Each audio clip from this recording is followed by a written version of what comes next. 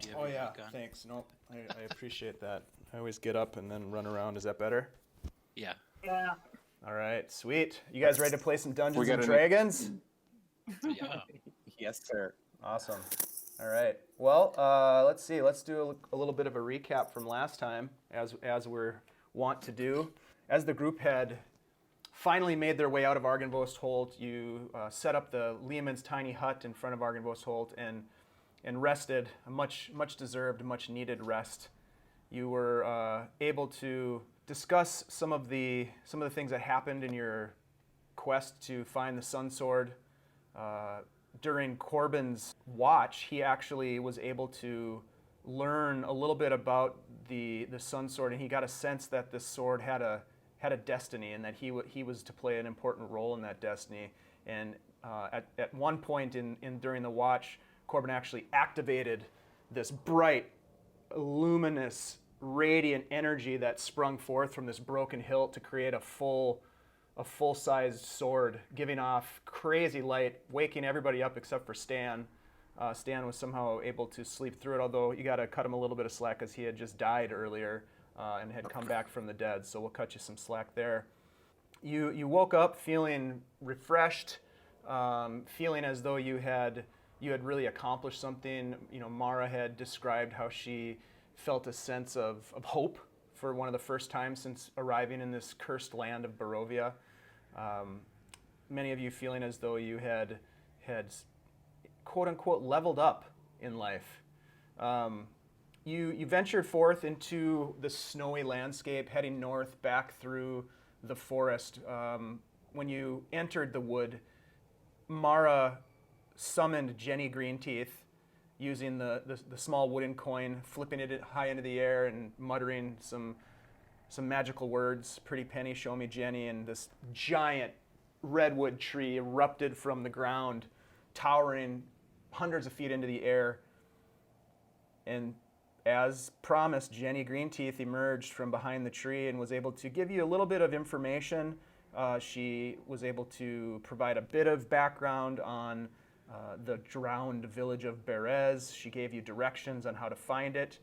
She warned you that it was dangerous and was curious why you were headed there.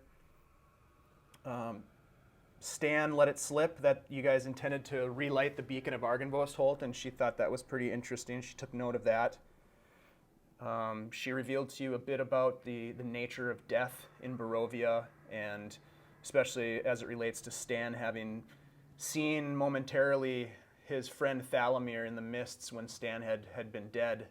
And she described how there's really no escape for the soul, even the soul in Barovia. Let's see. She mentioned a couple of things about something beyond Strahd, some sort of element or some arcane knowledge of something that drives Strahd or gives Strahd power. She didn't divulge too much information about that, but she did mention a group of powerful entities called the Ladies Three, and that their powers had been stolen by Strahd. Once she left, she tried to sell you some potions, I think, but that didn't happen. She left, and then you ventured forth farther into the woods, coming eventually upon a hunting party that was chasing a giant beast through the forest, and you intervened, slaying the beast, and then defending the kill as your own against a group of 5 sort of ravenous humanoid men, but savage in appearance and in behavior, and full of rage as they did battle with you, and you were able to defend your kill, so to speak, and which was somewhat fortuitous because, as you can tell from the howling wind behind us, it is winter in Barovia. There is snow on the ground. It is cold. It is the ground is frozen, and the snow is blowing around, and it is a game of protection from the elements, certainly. So you've now been able to loot the bodies of the 5 berserkers, and you found a variety of different things that we talked about a little bit at the end of the session, including a little bit of coin, some weapons. They all had wolf skin cloaks, etc. And now the four of you, decided to set the tiny hut again. And it is when you started the hut, it was about midday. So depending on what you want to do, you just remember that you only are able to gain the benefits of a long rest once each 24 hours. So even if you spent 8 hours currently right now in the tiny hut, it wouldn't count as a long rest. You're certainly going to count as a short rest, but it wouldn't count as a long rest. So, but anyways, the four of you are presumably in the hut. I'm not sure if the beast is in the hut as well, but there's a giant beast laying there in the snow, and the four of you in a warm, tiny hut.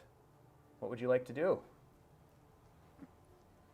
I'd like to play a song of rest. I'll link it in. I would like to take first watch. I didn't get any damage all the way through that.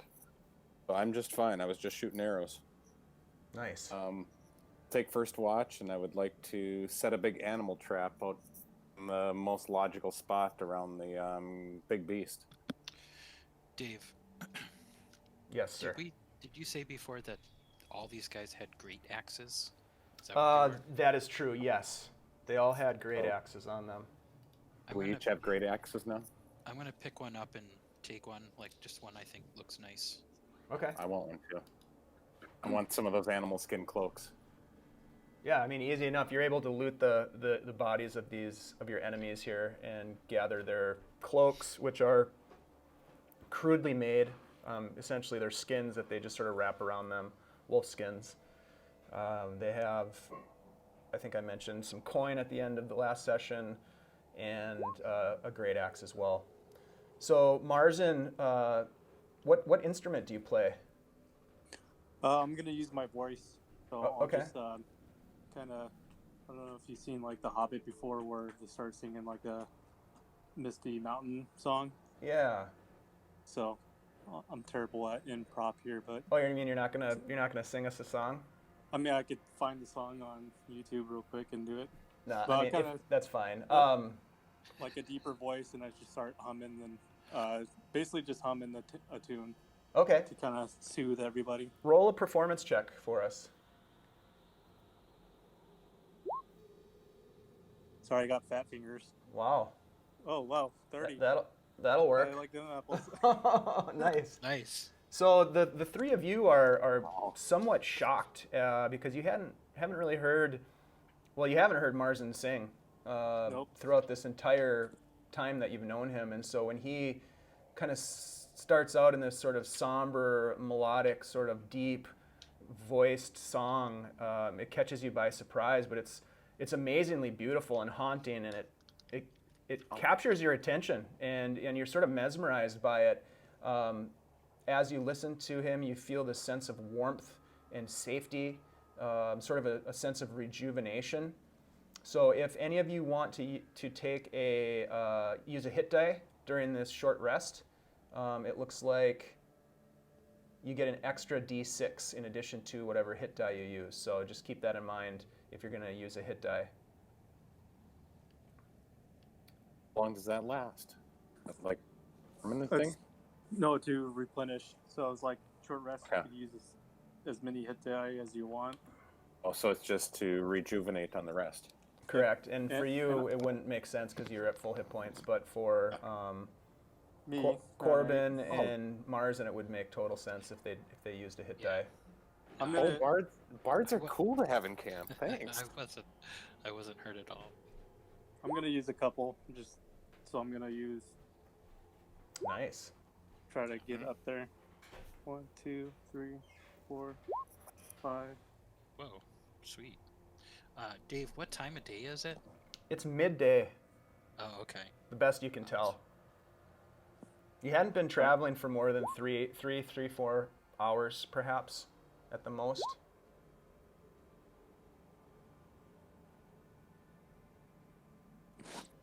I'm gonna do some math. I'm using all mine. I'm guessing you or any friendly. Oh shit, I could use it too. Yeah, you get to use it. Stan, what did you say that you wanted to do? I want to leave the hut and I want to set an animal trap out in the main trail, the main best spot around the beast that we killed. Okay. Like right next to the beast? I mean, in the place of travel where a trapper would set the animal trap for critters or people coming up to see the beast. Yeah, right. Roll a survival check for me. And I think you have a favorite enemy that's beast, isn't it? Yeah, favorite enemy that's beast. I'm just gonna use the time to put on some like the cloak and the warm boots and stuff. Okay, you're gonna take their boots. Yeah. Okay. I'm gonna take a pair of boots and like some of their warm furs.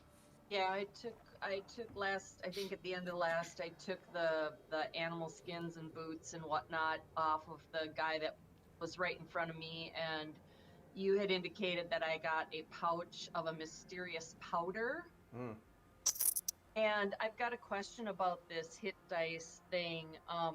Do I add the D6 of Marzen, or do I roll my own D6 on that? You can roll your own, that's fine.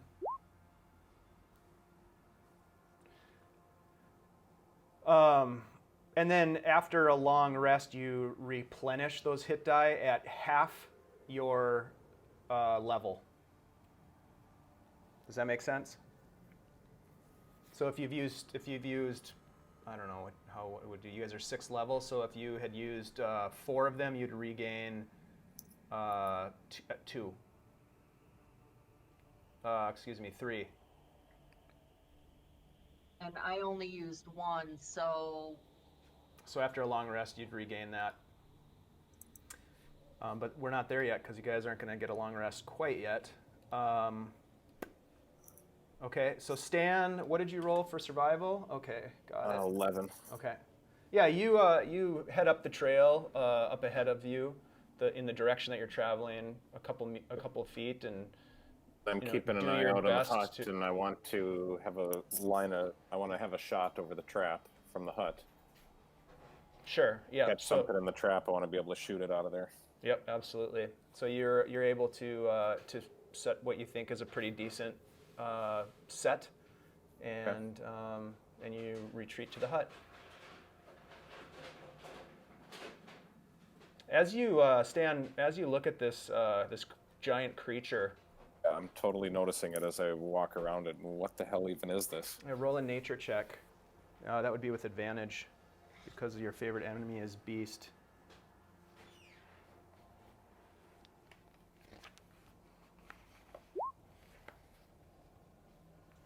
Give advantage.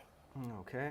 Yeah, you take a look at this thing, and it's huge. It's hulking. It's got this snow white fur, these sort of beaten and chipped tusks that wrap themselves around and kind of point off in the posterior direction. Its eyes are open and they're kind of glazed over, but they're kind of blue, and they almost seem as if they're frozen. I poke it in the eye with a short sword just to make sure it's all the way dead. Doesn't do anything. You just poke it. That's good. Yep. That's how you tell if a critter is dead. You poke it in the eye. Just in case you ever wanted to know. Explains why my wife keeps doing it to me when I'm sleeping. Could be. Yeah, it's a huge creature. Then I think about, well, what are we gonna do with this thing? Are we gonna skin it? How big is it? Is it like 500-pound creature? Is it like a 100-pound creature? It's probably 1,500 pounds, maybe 1,800. Right. It's huge. It's like I'm near elephant scale. Yeah. Or it's big anyway. Bigger than an elk, for sure.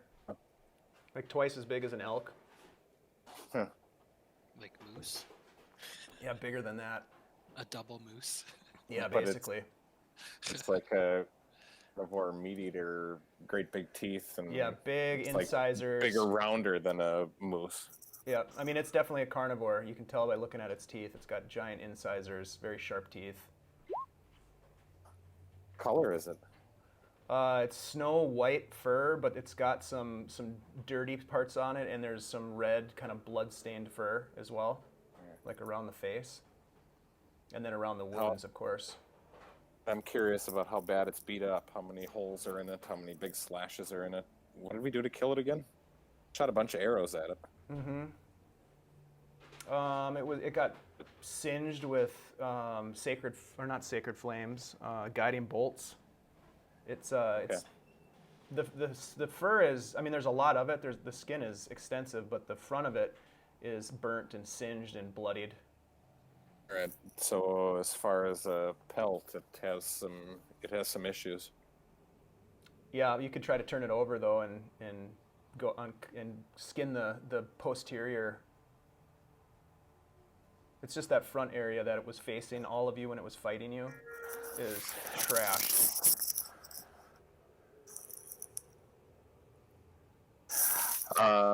What do you guys think? Everybody in the tent? Out here by myself? I will tell you one thing is that the boots especially, but all of the clothing and garments that you've pilfered from these men stinks. I mean, it is. I believe it. It stinks really bad. But so does the beast. So you're six of one, half dozen the other on the stench factor. The stuff we pilfered off of them stinks. Yeah. Oh man. All right. It's not finely made boots and finely made cloaks. This guy's probably been wearing these boots for 10 years, and they're torn, and there's holes in them, and they're nasty. I'd keep my socks on if I were you. Yeah. I'm going to go into the hut and say, Marzen, that was such a good song. What do you guys think we should do with that thing out there? Anybody have any ideas? I think we might have some bargaining power if we were able to skin part of it. Even if we decide not to skin part of it, I do need a little bit of its fur for spell casting, just a tiny little piece to stick in my bag for some spell casting later on. But I think that it might be smart for us to, if there's pieces of it that are big, that are worth flopping, I think that would be, we could skin it, and I think it might be smart for us to, nab some fresh meat too, because we don't know when we're gonna run into that again.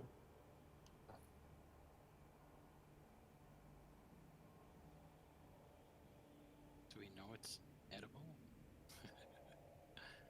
I prefer to eat herbivores myself. I try to favor herbivores and omnivores and not eat the carnivores as much as I can. Just my hierarchy of meats, but I don't know. I've never even seen one of these. I have no idea what they are. I got a quick question. While we're sitting here, and since it's gotten cold, I'm gonna take out my potion of beard growth. I'm gonna drink it. All right. Nice. Marzen's growing a beard. Yeah, you pop the cork off this vial, and it's this strange sort of like brownish. It kind of looks like brown olive oil in a way, and it smells very strange to you. It'd be hard to liken it to something that you've smelled before, but it has a combination of like a floral scent and an earthy kind of odor to it, almost like a dirt or moss. Hard to place, but you down it. You take the shot, and it kind of burns a little bit going down, not like booze, but kind of like a medicinal sort of burn, and you wait for a little bit, and you're pretty excited. Boom! All of a sudden, your beard just starts to grow. You guys, anybody who's watching can see it like literally Awesome. growing as you're watching. I hope it's gonna stop sometime. Yeah, I'm just curious to see. It grows like 6 inches, and then you start to kind of get itchy underneath your armor and stuff. And as you kind of peel back a piece of it, you can see that you've got hair that's growing on your chest and on your arm and your shoulders. And you're trying Get to your own remember joke out there, if Marzen. you're trying to remember if she said to drink it, or do I just put a little bit on my where I want it to grow? But you look pretty much everywhere in your body. You've grown a layer of hair. So, like Wolfman. Wolfman now? Kind of, yeah. Oh, fun. It's kind of like Teen Wolf. Am I warm? Yeah, you're super warm. All right. Yeah. I'll take some of those stinky clothes off. Yeah, you don't even need those at this point. How long does that last? You don't know. Yeah. I guess I'll spend my downtime while we're waiting and just trying to shave my face with it. You know, just like So you can see? it's everywhere. Yeah, so you can see out of your Yep. shaggy eyebrowed covered eyes. All right, yeah, Yep. fair enough. You can certainly do that. Spend some time. Nice job, Marzen. Going out to skin some fur off of that beast. Cousin Ed over here. Yep. If I'd like to leave the hut and bring my bow with me Okay. and keep an eye out for danger and try to start skinning this thing. All right. Yeah, no problem. So roll I another don't survival wanna- check for me. I don't want to skin it like from front to back. I'm just concentrating on the back, the hackles, the good part of the fur. Okay. Yeah, roll a survival check. Are you gonna try to take some meat too, or are you just the pelt? Just the pelt right now. Okay. Because I want to go after the back and don't want to deal with guts and stuff like that. I'll gut it a little bit later. Sure. What did you say you wanted to see? Survival? Yep. Any chance I can roll with advantage because it's a beast? I would say probably not. I think I mean even with the 12, it's going to take you a little bit longer than if you'd rolled a higher roll. But you're able to pretty deftly, skin a patch of the hide off the Yeah. back. You know, it's probably I'm probably pretty sure that about this is- I would say it's probably, I don't know, it's probably like a 4 foot by 4 foot section, not exactly to that proportion and dimension, but roughly. It's a pretty big pelt. It's windy, but I realize that this is the best time to skin it when it's still warm before it all freezes and gets nasty. I have a question. How long are we planning on staying here? I was just gonna say I think we should probably get moving. Well, it'll be at least, I would say, hold on, let me roll here. 2 hours for a short rest, I think. Well, it's 1 hour for a short rest, so you got to at least do the 1 hour. But then with the pelt, with the skinning of the beast, that's going to be another bit of time. So you're looking at around 2 to 3 hours that you're going to be stuck here, taking care of business and resting up, and growing a beard all over your body. So let's say 3 hours. Okay, because I'm going to attempt to make some, if any, and I'm looking at these boots that I pulled off this guy, and you said that they stink. What other condition issues are there with those boots? The boots that you pulled off are in decent shape. There's a couple of holes around where the toes are in the boot. Okay. Right. That let in a little bit of snow, and you notice when you pulled him off this guy's foot that he had some pretty bad frostbite on his feet. They were like All right. black. His toes were black. Okay. So I'm going to use this time to, I'm kind of going to sort of pull apart that hempen rope. You know how it has multiple plies on it. Mm-hmm. And I'm going to kind of pull that apart and put some little holes, and string it through to repair those holes. in the boots Okay. before I go back out again. Okay. Let's see. Let's see. Do you have what skill proficiencies do you have? Do you have like a tailor's tools or anything like that? I don't. That's why I'm using the hempen rope, and I'm using a dagger to cut, just like a little length of it, maybe Sure. a foot, and then pulling the plies apart, and then using the point of the dagger to sort of, make holes to pull that through. Do you know what I'm saying? And so that I can, repair them before I put them on and use them. Yeah. Roll a survival check. That's right. Oh yeah, nice. Yeah, you've got plenty of time where you can work on patching up these boots with as best you can with the supplies that you have. It's not ideal. I mean, it'd be better if you had some sort of a like leather strapping or lashing. But the hempen rope, you can pull strands apart to make them a little bit smaller, and you do your best to tie them into a stitching, and it works. Yeah, you're pretty happy with it. And then I'm also going to take, because what I had on my feet was wet, of course, before we started all this. I'm gonna take that off and put some dry, because I've got my regular clothes. I'm gonna, whatever regular clothes I might find in my bag that I'm not already wearing, or wrap it around my feet before I put them back in these boots, because I wanna. And I'm gonna leave the boots off and drying as much as possible before I put them back on to go outside. Okay. Yeah, that's a really good idea. You guys watch as Mara is taking very good care of her feet. It's important. Hey, that's what's getting us where we need to go, man. Well, if you need some extra fur, shave my. I don't think you know what, Marzen, we've been friends for a long time, but I still am not willing to have your body hair in my boots. But I really appreciate it.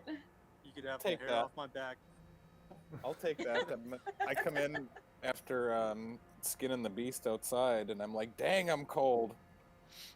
Hey, And I emptied some of the moss and things out of my boots, and I'll put Marzen's fur in there. Well, hey Stan, what about the fur you just skinned off that thing? Can I maybe have a little strip of that? I could put some in my boots and then take a little bit for my spell casting later on. Would that be possible? If Absolutely. I help Here you, you go. maybe I can kind of scrape the back off and help you. I know you pulled it off this thing. I'll put in some sweat equity here and kind of help scrape off the back side of that fur and get it so you can roll it up, and I'll clean it up so you can roll it up and not damage it. Awesome. I dropped the pelt of fur that I had just spun. Well, there. Take as much as you want. All right, so I'm gonna take like I think I'll take about 6 inches just kind of across the one end. Okay. So that I have enough to put in my boots, and then a little whatever's left I'll put in my pouch for spell casting or whatever else I might need later on. Yeah, easy enough. You're able to cut off a 6-inch strip and do what you mentioned. You're able to kind of clean up some of the flesh that might still be on the hide before you roll it up and get it kind of tied up with some of your hempen rope so that it's in a roll. And you've got yourself a nice pelt to do what you will with. I'm gonna as much as I can. I'm gonna be still and keep an eye out the path where the trap is. Okay. Yeah, So you keep an eye on the trap, and over the next, I don't know, how long do you guys want to stay here?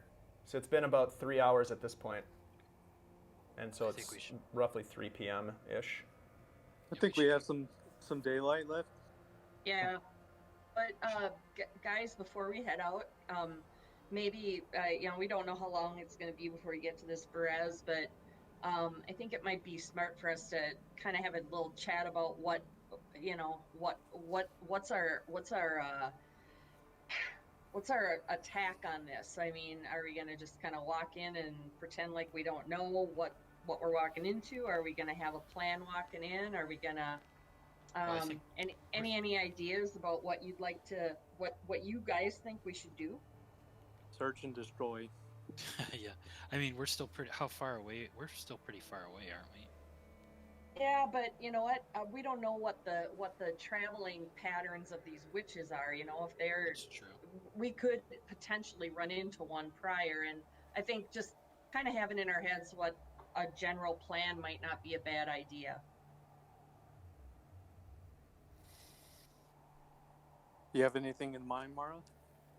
Well, I had one idea, but I'm not 100% on it. I'm not quite sure how I feel about it. But I was wondering about, you know, if this is a coven of witches, of women, maybe I should go in there alone. I'll take off my vestments and just kind of see what I'm walking into, and you guys maybe watch from afar or be ready to back me up. I don't know. I don't know. And I'm not 100% feeling good about that idea, but it's really all I've got in my pocket at the moment. Yeah, that could be a really bad idea. I'm with Corben there. You're too nice of a person, and you got more to learn. It's like Well, I would not. sounds I like would a not terrible assume. idea. I wouldn't assume they're trusting at all. I I would assume they'd be suspicious and know exactly who Yeah. their coven members are, and I do have. go ahead. I do have something that could probably help us out with this coven of witches. I mean, a lot of them like to do charms and stuff, and I'm able to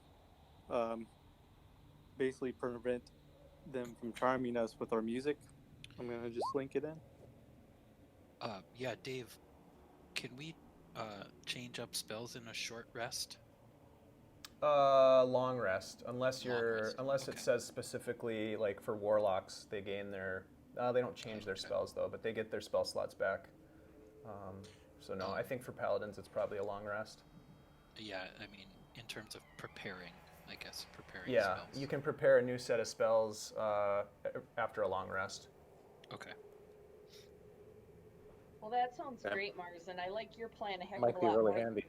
I like your plan better than mine. I just, like I said, I just kind of, I think, you know, we stumble upon enough nonsense just without even trying. It'd be good to walk in with a little, at least a half-assed plan, even if it's only half-assed. Yeah. I mean, and then just, keep in mind that I'm kind of like a glowing aid with saving throws. So, if something happens with We might spells, be able to do a trade or something with them. I mean, just because they're witches doesn't mean they're necessarily trying to kill us all the time. If we have Yeah. something that's useful for them, we might be able to bargain with it. Well, the other thing I was Okay. thinking too is that if those, Jenny said something about them having some kind of beef with Strahd. Do you remember that? I wasn't here for that. What do you guys think? Do any of you guys recall what that was about? The reason I ask is because maybe they are potential allies. Yeah. You got a big beast pelt. Could I try to do a history check? Because I'm trying to remember what they're said. Because I think it was the opposite. Weren't they friends with Strahd or something? But Yeah, Marzen, you remember exactly the opposite, is that they are very dangerous, and you don't recall any mention of them having a beef with Strahd.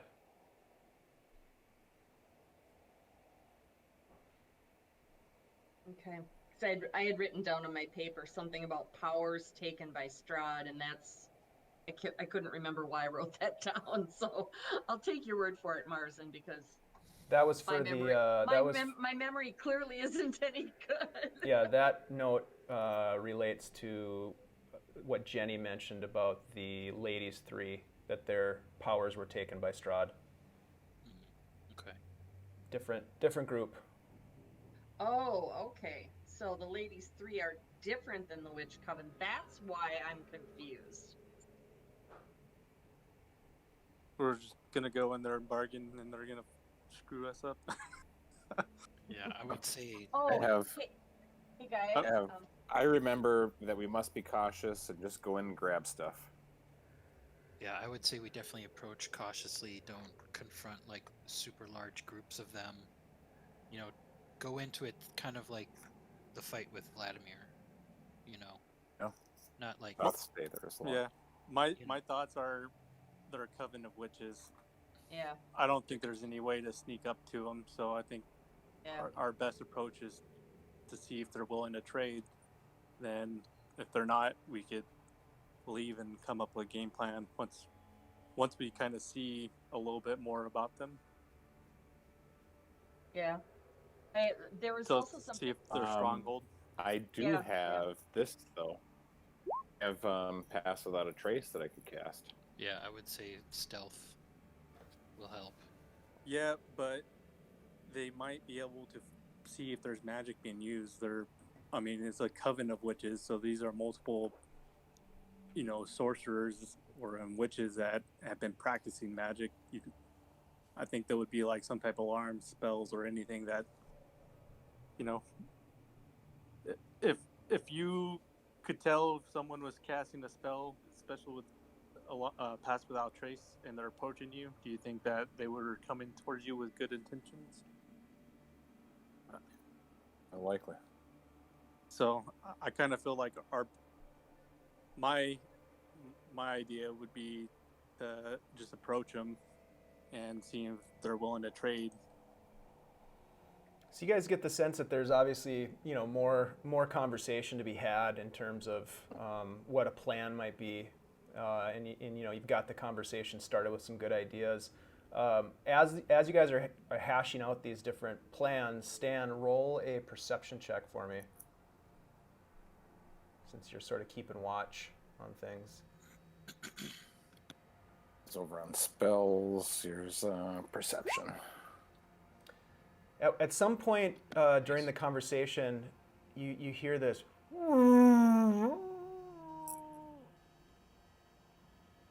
Barely audible, but audible amidst the howling winds. Guys, what was that? I don't know. You're the one keeping watch. I was gonna say, I heard something. Checked the trap right away and curious if I caught anything. No, there's nothing in the trap. It was further away than the trap. Yeah. Was it behind us? Up ahead, in the Up direction ahead. that you're traveling.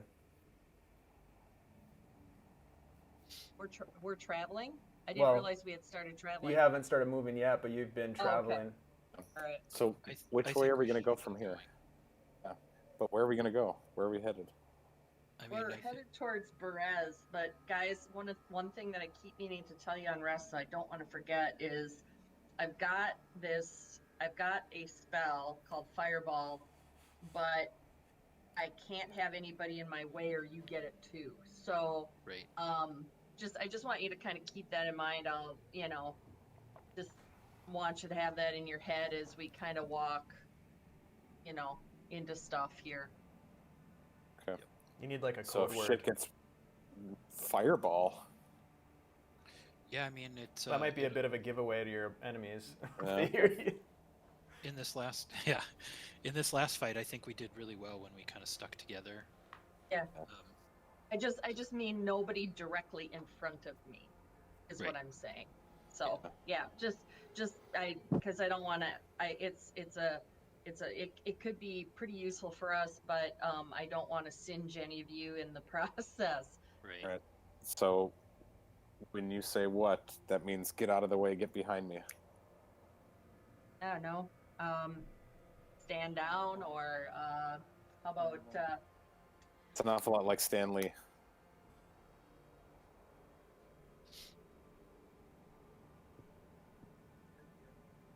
I'm sorry, I thought you were gonna say something else. I thought you might be hollering at me. Stanley, stand down.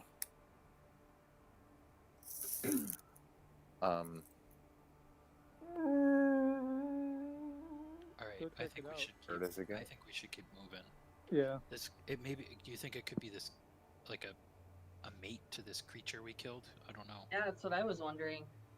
Stanley, you should throw that fur on you and walk out there. I Get was gonna mated with. say, put a big distance between us and this thing here. I don't know. Your vampire All right. girlfriend might get jealous if somebody else is looking at you too. Stan, you're such a heartbreaker. Yep. All right. I think I want to keep this. It's or like wait a minute, I think disguise. it's done. It's mating season for winter trolls out I think that as soon as the hut comes down, I'm going to keep that pass without a trace. Yeah, I'd say so. You just covered yourself with bug spray, like. here. You guys all have the stench of it too. All right. All right, so And how do you guys I'm gonna- want to sneak and approach it, like in the woods, or just? I guess. I mean, should we? I mean, we're following a trail, right? Yeah, and it's in the direction that we need to go.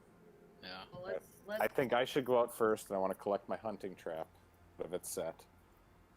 Then I'll take a Alright. look around, and You're the most This- stealthiest, so yeah, that this makes is sense. favored terrain, and I'll go out and take a look around, get my trap, and then come up with a way for us to get up and out of here.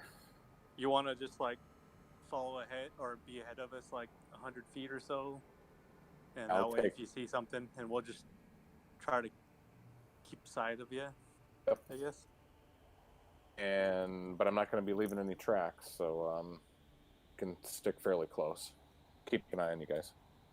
We'll just keep a consistent pace, and we'll just keep heading on that trail. And know that you're ahead of it. All right, so I got I changed my boots out. I got Marzen hair and to replace my wet moth. I've got the new animal pelt. Eye on my pack. I'm kind of keeping in mind that I may have to dump it, so it's ready for quick dispatch. And what part of Marzen did you end up shaving to get his hair? Ew. It was just the stuff that was laying in the hut. He had so much hair there that I just grabbed the stuff that was on the ground and like kind of stuffed it in my boots. Didn't make a big production of it. I was just like, hey, that's nice, that's warm, it's clean, it's a lot less smelly than it's a lot fresher than the stuff I have for insulation right now. Probably a little bit of neck hair and a little bit of forehead and Yeah, around the eye wherever it hair. came. I Okay, try you not can to just- think you can about just where it came stop from. right there, yeah. I So think you, that's Marzen, you not kind of too shaved hard. you shaved your face basically, more or less. Yep, to try to seem a little bit human, Yeah. not less Wolfman. All the Right. other hair I left, it's got some insulation properties. Yeah, absolutely. Okay, fair enough. So Stan, you step outside the warmth of the hut and you start to gather up your hunting trap, stepping carefully over this now denuded backed creature. And yeah, you're able to gather things up, and you kind of look down the trail, and the snow is starting to pick up again, but you don't see anything in particular. Do you start heading forward? I take a look at all of the berserkers that we had shot and make sure that they're the way they were and like haven't zombified or No, come undead or anything. And the snow is starting seem like they're to just fine. accumulate on them. They haven't moved at all. then I look around for tracks and make sure that everything is square, and yeah, then continue on our direction of travel. All right, so Marzen, you're gonna let the tiny hut spell fade. Yep. Okay, so Could I- you're all back in the cold, windy, snowy Barovian mountainside. Could I'm gonna be ahead one of these mountain guys. Okay. and toss a head in my backpack. Yeah, easy enough. You've got a berserker head in your pack. Probably weighs Yeah. about 18 Save that for pounds. later. One of the things that we did not do is kind of divvy up the coinage. Can I put that in my pocket so we can do that later on when we take a long rest? Yeah, once we get to a place that we could use Yeah. it, then you just ration it out. Yeah. All right. Sounds good. Let's do. Okay. So I think we got everything. Yeah. Everybody's got everything. And guys, the guy that was laying in front of me, I'm not big enough to carry that great axe of that guy. So if somebody else wants to take it, it's all yours. I'm full right now. Yeah, I have one already, so I think I'm good.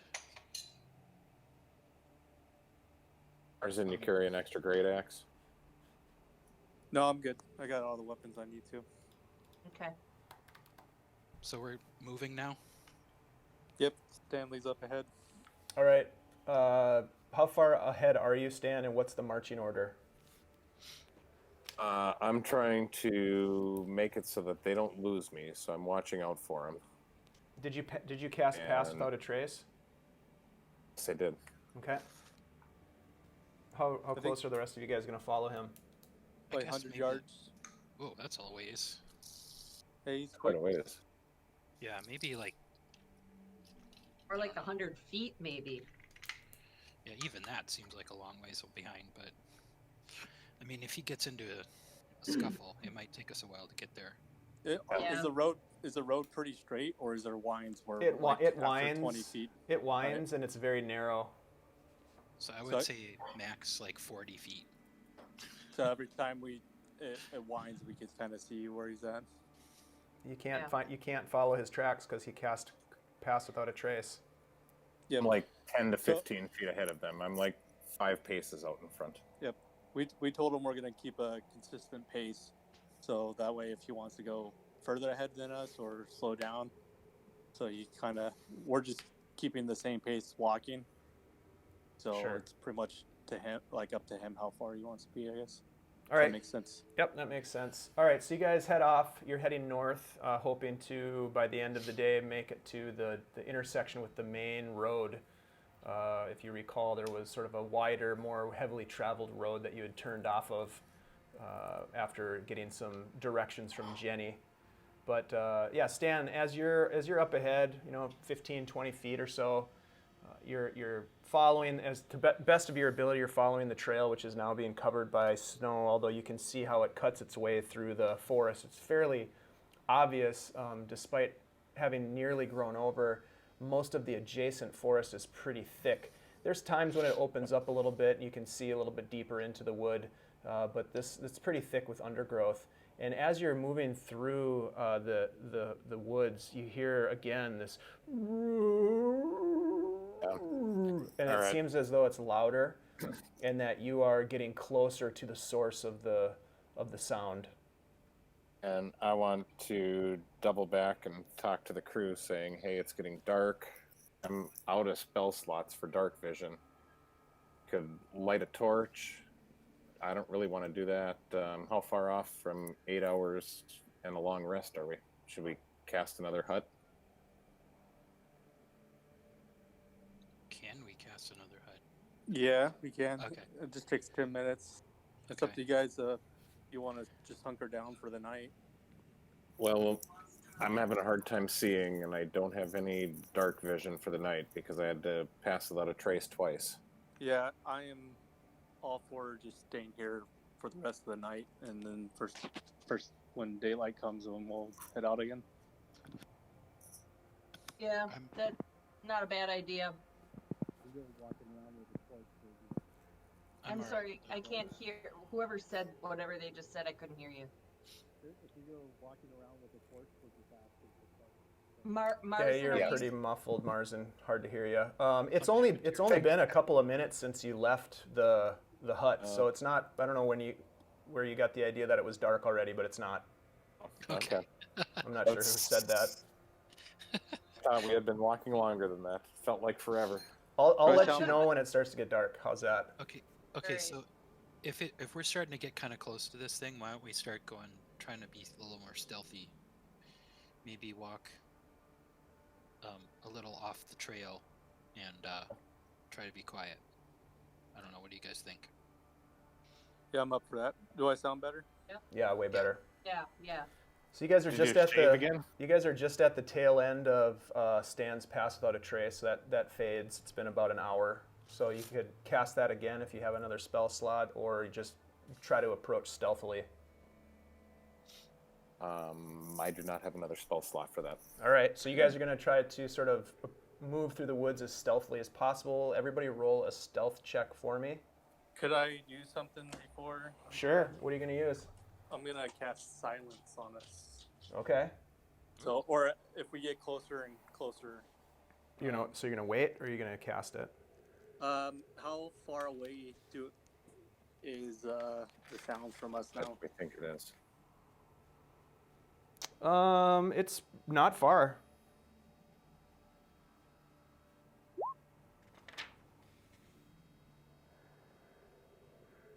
See invisibility.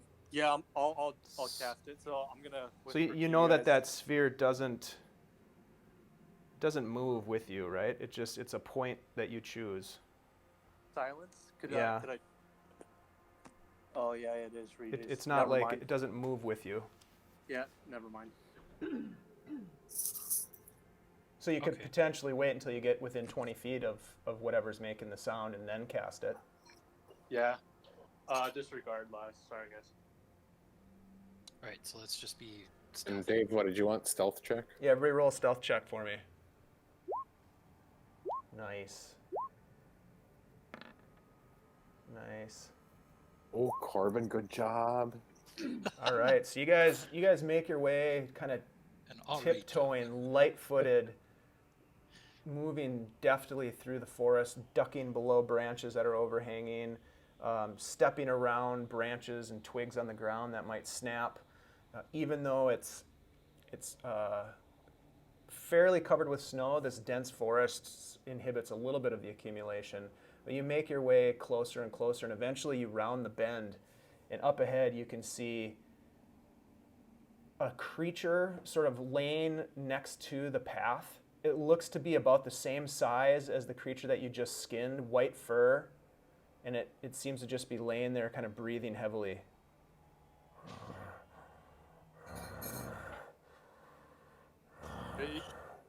Could I do a perception check to see if I can see if it's like injured or anything? Absolutely. Me too. Sorry, I got fat fingers. I probably just hit like 4 different things. No, that works. Yeah, Marzen, you peer ahead and you can see not only is its fur stained red, but there's red droplets on the trail just in front of your feet. Just a couple of drops of blood.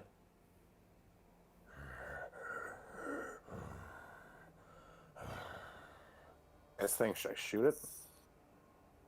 I think What we if just it's- move around it. I don't know if I want to mess with this thing if we don't have to. What if it's friendly? What if we just killed Yeah. that thing for Yeah. no reason? Well, then Yeah, it's going to yeah. find out we killed our... Well, it doesn't have to. I mean, aren't we walking around with the skins all over us? Come on, how No, many nice oh. beasts have we come across in this land? No, we were wearing the skins of those berserkers or those Mm-hmm. people. Yep. That's Or- probably the but- ones that messed them up. The piece of skin that you took from the beast, you have rolled up. Yep. It's on top of my pack.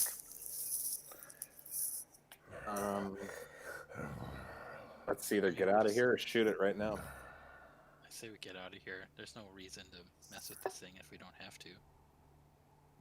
Right. What do you guys think? Well, I could blind it, and we could maybe potentially sneak on by. Pass without a trace. Dang it. Too soon. Why don't we just try to stealth by it? All right. If we Alright. rouse it, we rouse it. I don't know. So I kind of feel bad. I kind of Yeah. want to see if it's see if we could help mend it. Maybe we just got an ally or something. I don't know.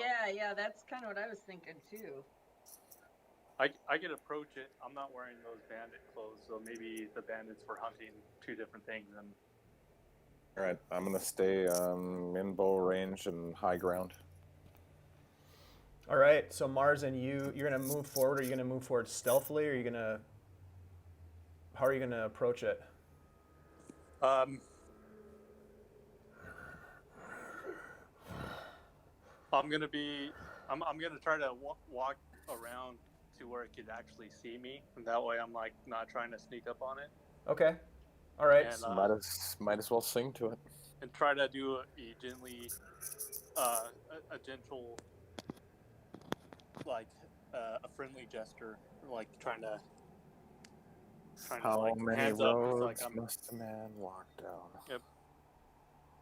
Okay, so you kind of take a little bit of a circuitous path to get in front of it so that it can hopefully see you, and it does see you, and it starts to breathe a little bit heavier and tries to like sort of drag itself towards the tree that it's next to, as if it's sort of frightened of you, and you can see as it does pull itself across the snow, it leaves this dark, wet, soaked patch, crimson red below it.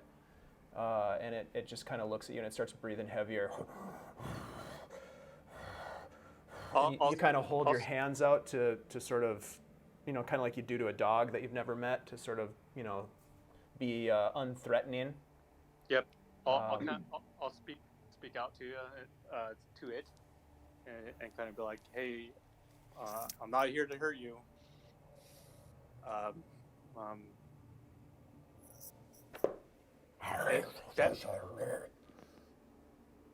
gonna try to get closer and just like very slowly get closer to it and kind of inspect its wounds or what. Roll a persuasion check. It's not a verbal persuasion, but more of a body language persuasion. Oh my! 13. Okay. Yeah. It doesn't, like, once it's tucked under this tree and it sees you approaching, it doesn't really have a whole lot of options.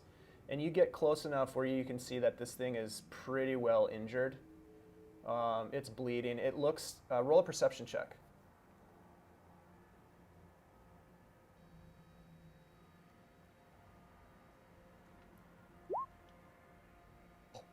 Oh, not so good. Hard to tell, but it's definitely it's injured in multiple places across its chest and abdomen. And there is it looks like it's possible. It's hard for you to tell, but it's possible that it had encountered the berserkers before. Hard to say. I'll try to get closer to it. Is it lashing out to me or anything? No, it's not. It's just kind of laying there. And you look in its eyes. Its eyes have that same sort of bluish, frosty coloration to them, but they're very moist and teary almost. And you can see like its mouth is agape and its tongue is just kind of hanging out of its mouth off to the side, and it doesn't look good. I'm watching like crazy, and can I roll a perception check to see if I can tell if it were berserkers and great axes or what? You would have to approach it from where you are. It would be very difficult to see. Right. I'm going to stay in bow range. Okay. I'll try to touch it and see if it's going to let me touch it. You reach out, and as you get close to touching it, just and it kind of withdraws a little bit from you. It doesn't slash at you or try to like attack or anything, but it just kind of withdraws from you. All right. With it being able to see me, I'm gonna kind of back up and like basically slice my hand open and do cure wounds on myself to kind of try to show that I could heal. Okay. Whoa. So I want to see if it. So I'll do that. So I'll use a second level spell of cure wounds on myself. Okay. So you slice open your palm and let the blood drip on the ground in front of this thing, and it kind of watches curiously, and then you cast your spell. Yep. And it heals. Mm-hmm. And So- roll a persuasion check this time with advantage. All right, give me a quick second.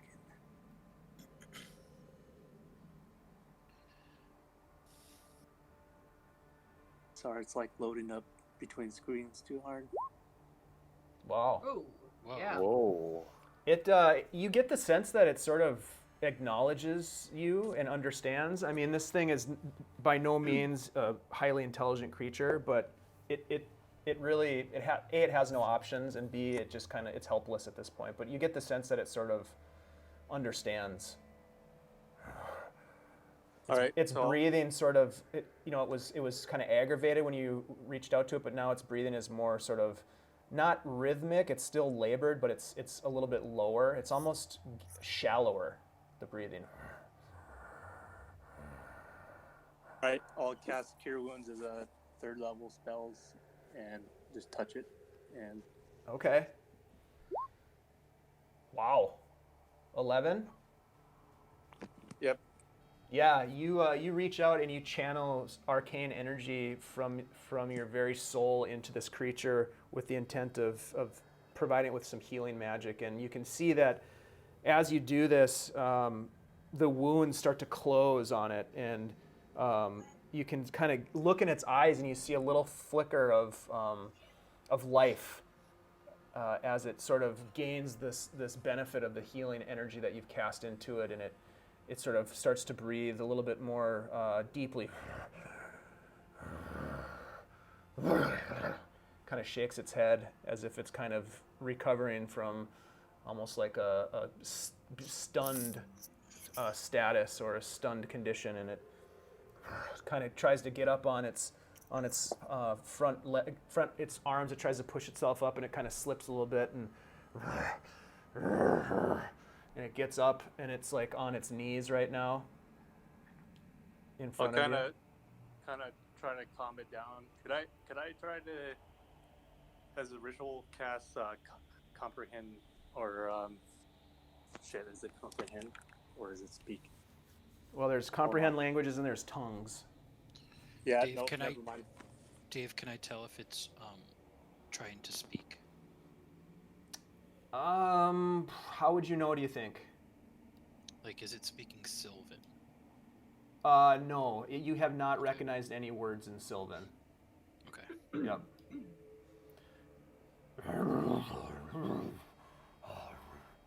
You do get the sense that it's trying to communicate, but it's hard to say, what it might be trying to say. I've got some languages as well. I've got Dwarvish, Elvish, and Infernal. Am I understanding anything?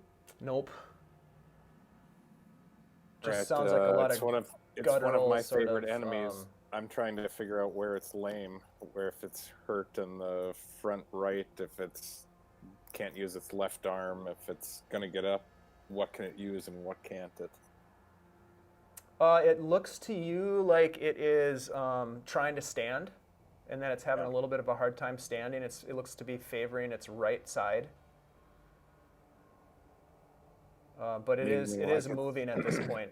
It's actually making a bit of movement as it's trying to get to its feet. It kind of puts one hand on the tree, and the tree kind of bends over as it tries to lift itself up in front of you, Marzen. Still leaking you blood s- or not? You start to get the sense, Marzen, that this creature is enormous, bigger than the other one that you guys killed, as it's kind of getting up onto one leg and a knee, and then it's sort of trying to stand up. It's not bleeding anymore.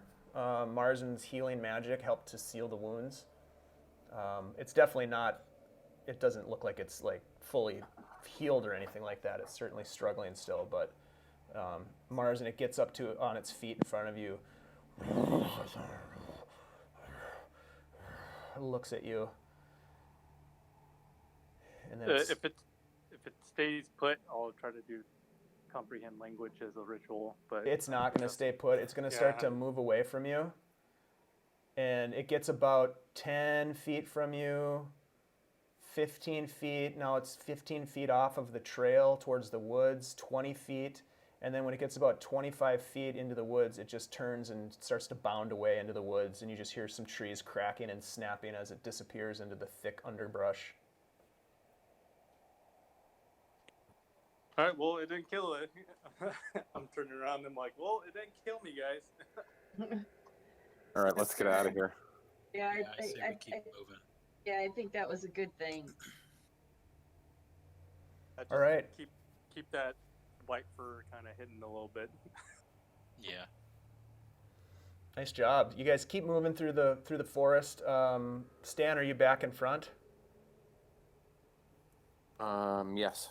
Okay. As long as it's still light out and I can see. Yep, you've still got some light. Roll a perception check. I get advantage because it's my favorite terrain of the forest. Nah, that'll get us through. No, it doesn't. Yeah, you as you're walking, you see fresh tracks in the snow, and based on your background and the knowledge that you have, you can tell right away that they're wolf tracks, and they cross the path in front of you, perpendicular to your direction of travel. They follow the path for just a couple of feet and then disappear back into the woods. Roll either a nature or survival check for me.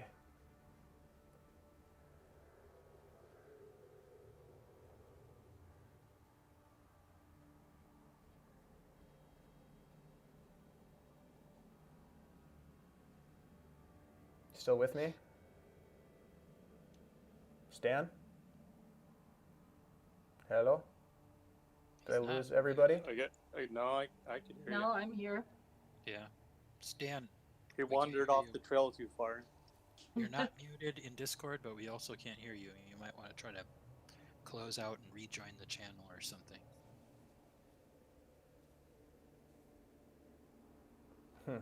All right. That was bizarre. Yeah. Ghost Stan again. What happened? Where'd he go? Stanley.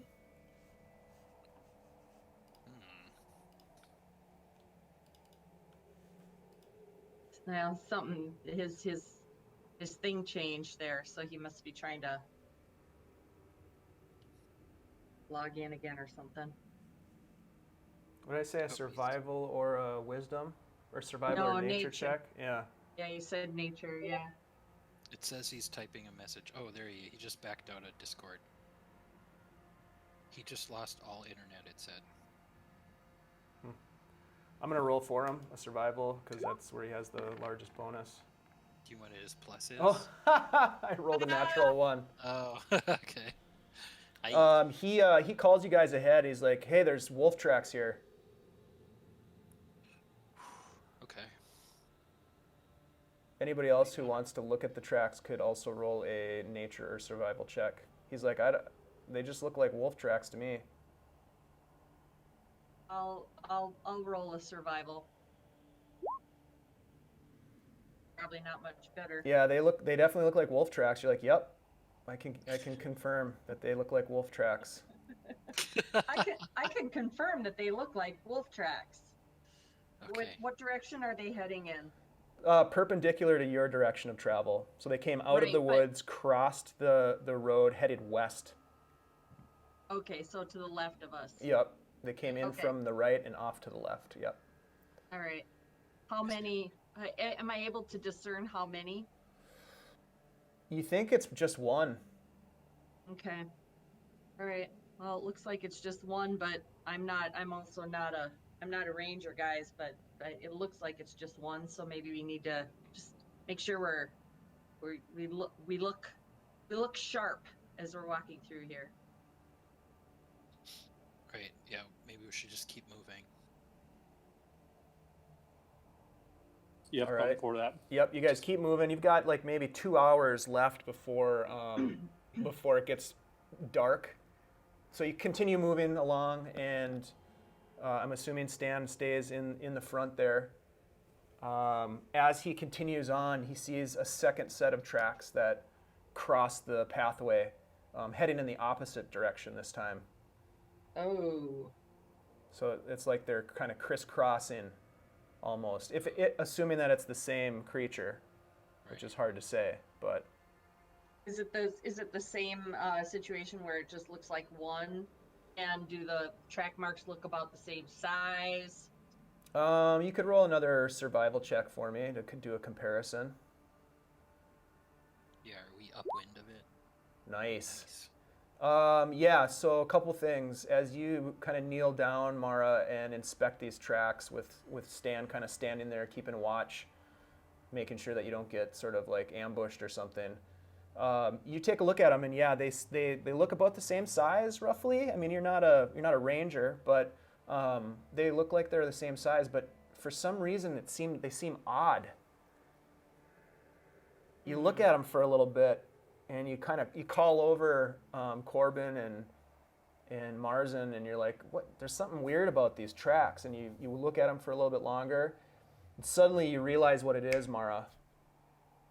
It looks to be one individual, but it looks as if they're walking on 2 feet rather than 4 feet like a wolf would walk. Oh.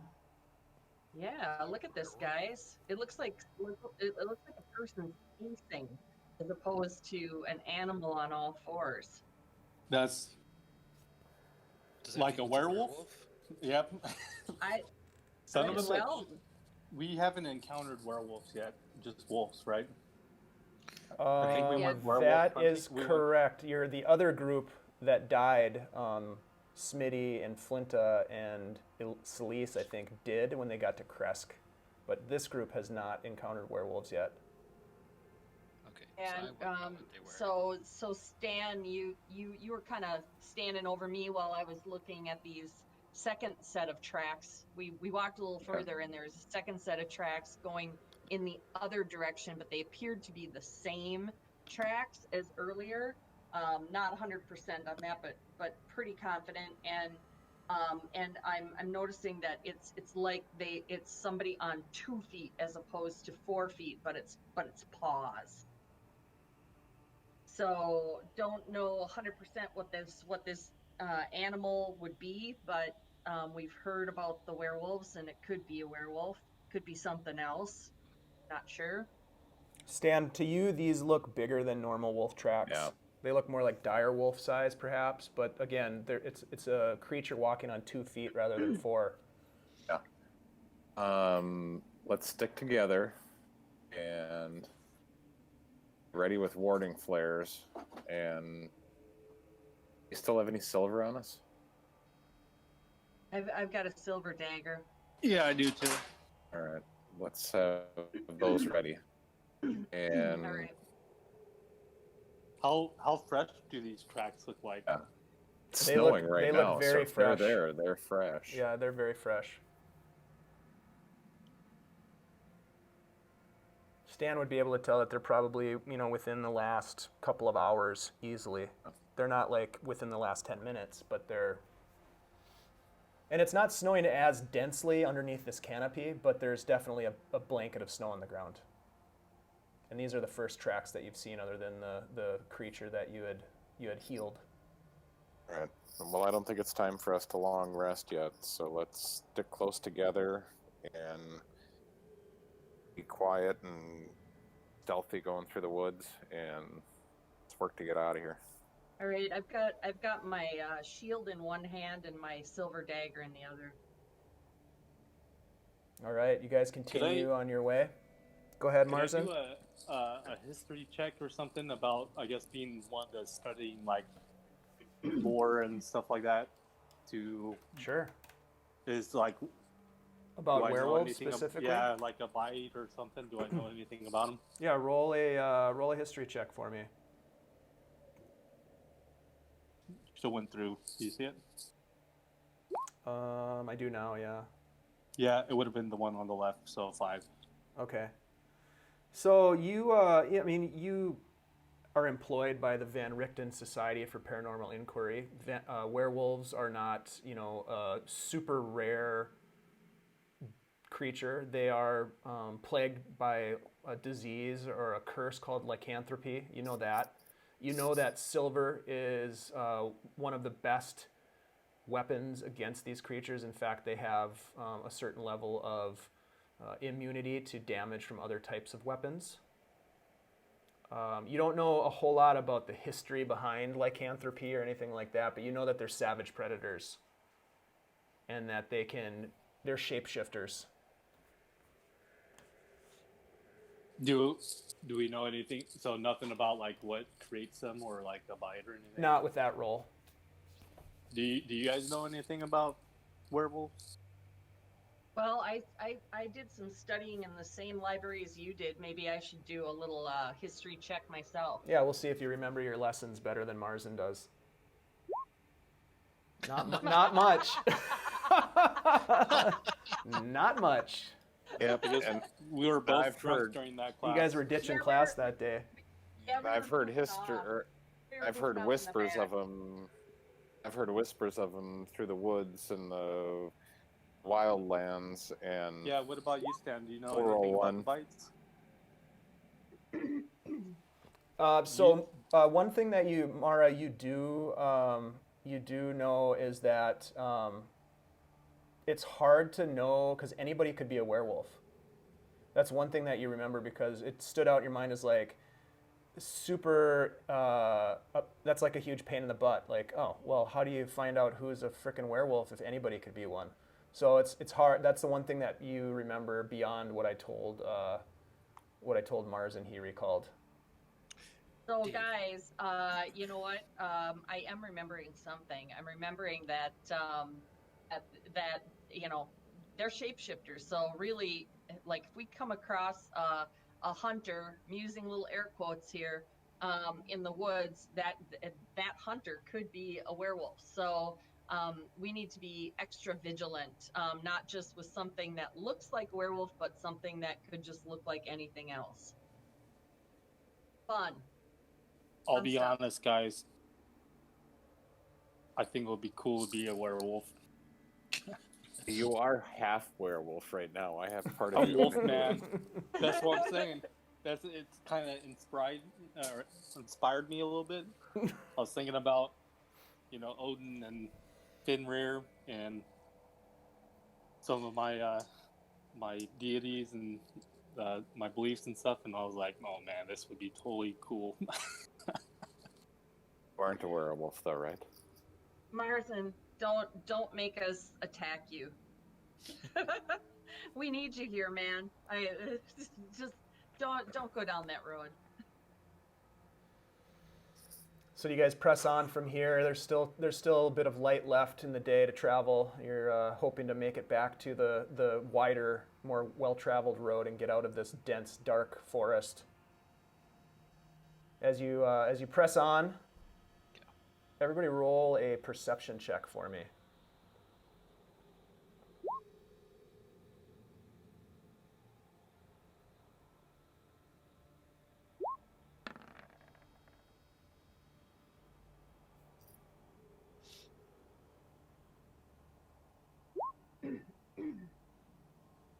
Let's see. I need to All right. reload. Hold on. So Mara, Mine's coming. you're the first person to see this, but I'm as sorry, you're walking down the who is- trail, Dave, Mara. Dave, sorry. you who are is- Mara. Okay. Mara, you're the first person to notice it as you're walking down the trail. Just a piece of red. It looks like fabric. Just off the trail, a foot or so into the trees. Covered in snow, but you definitely see it. It's a piece of red fabric. Hey guys, check this out. What is that? It's some What the hell? red fabric. I'm gonna Stay go over back. and Be careful. Yeah, but I want to see what's going on here. Get a spot to shoot off to the side. Is there a basket next to it? So Yeah. Mara, you investigate it. Yeah, but I've got my shield in front of me because I don't know what, it could be a trap, could be something, Sure. but I've got my shield. I still have my shield, and my silver dagger in the other hand, and I'm gonna kind of go over and see what's going on with this piece of fabric, and I'm gonna just kind of take the tip of my dagger and sort of try to lift up an edge of that fabric to see what it's attached to. Okay. And the rest of you are sort of keeping a watch over this as she does Yeah, this. I'm ready to shoot whatever's under there. Yep. Mara, so you come up with your dagger and you're able to catch a little bit of the fabric and kind of pull it up a little bit. And more fabric is revealed.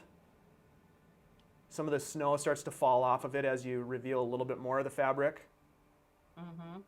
And you continue to do that as you pull out a sizable piece of fabric. As you pull it all the way free from the snow, and the snow falls off of it, it looks to be a small red child-sized cloak, crimson red and ragged. Oh, I'm hey. looking around for traps to make sure that nothing is going to fall from the treetops. Okay, so you're kind of scanning the area. You don't see anything. And this cloak was not attached to anything. It's not attached to anything, but it's torn and ragged. Hey guys, this doesn't look too good. Oh, that's creepy. Yeah, I am gonna fold it up and put it in my pack because, you don't know when we're gonna need it possibly for repairing or for finding the owner. So, this is not looking too good. Let's be cautious. Is there anything else under the snow? Is the rest of it in there? It didn't. Yeah, there was nothing else. It was just, there was no body, there was no other items. It was just this random red cloak that you pulled from underneath the snow. I mean, it was lucky that you even saw it. Yeah. But easy enough, you're able to roll it up and fold it up and put it in your pack, no problem. And you continue on your way. And after a full day of travel with a couple of stops along the way to do some wildlife rehab and some cleaning up the woods and stuff like that, you make your way out to the junction with the main road. And if you recall, the path that leads south to Argenbosholt, which you are just exiting, was marked by a large tree that grows in the middle of the pathway, and you find yourself emerging next to that tree. And as you do, you see just down the road, about 100 feet or so, two figures that are, it looks to be lighting a fire and setting up camp. Okay, guys, remember what I said. We don't know what the story is with whoever or whatever these things are. So, we could choose to set up our hut here where they can't see us, and we could kind of watch them through the night, or we could approach and see what happens. But I don't think we should get any closer until we have a little plan in hand here. Right. Can we tell if they've seen us yet? As Mara is telling you that, you see that one of them turns and looks back towards you, and because he heard you, and he kind of stands up and waves at you. And then he just kind of stands there. Oh, man, it's freaking COVID and everything. Howdy ho! Travelers! Hello! Duck off into the brush. I'll just walk up. Yeah, I'll go up. Well, how's it going there?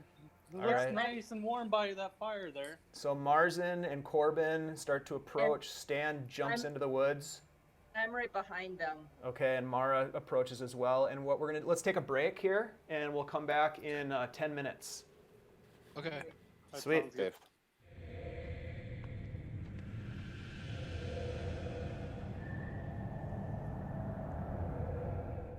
All right, so Stan, roll a stealth check for me, and the rest of you are approaching these guys. Who was in the lead? I think it was Marzen.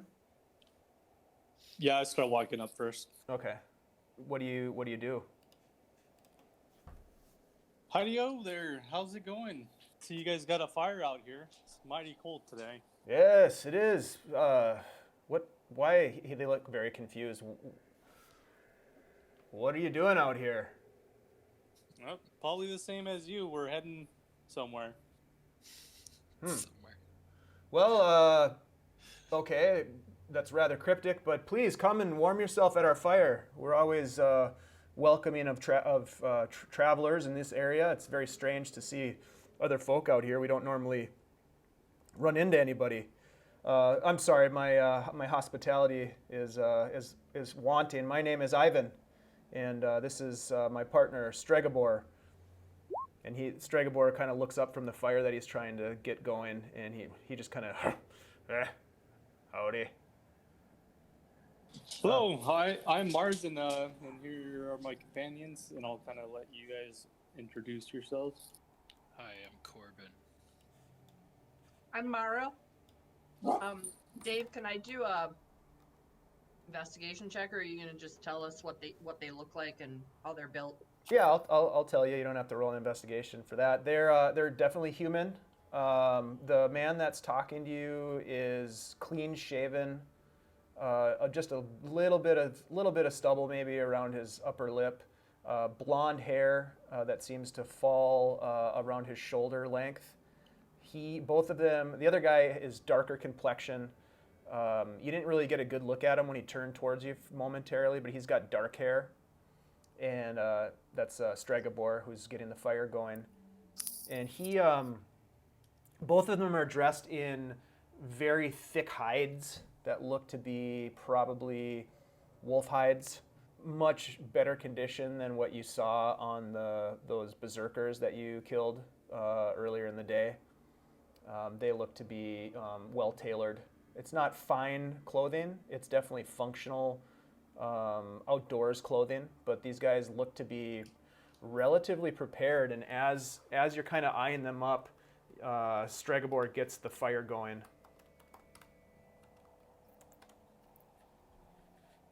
I'm looking for evidence of if there's more than two of them.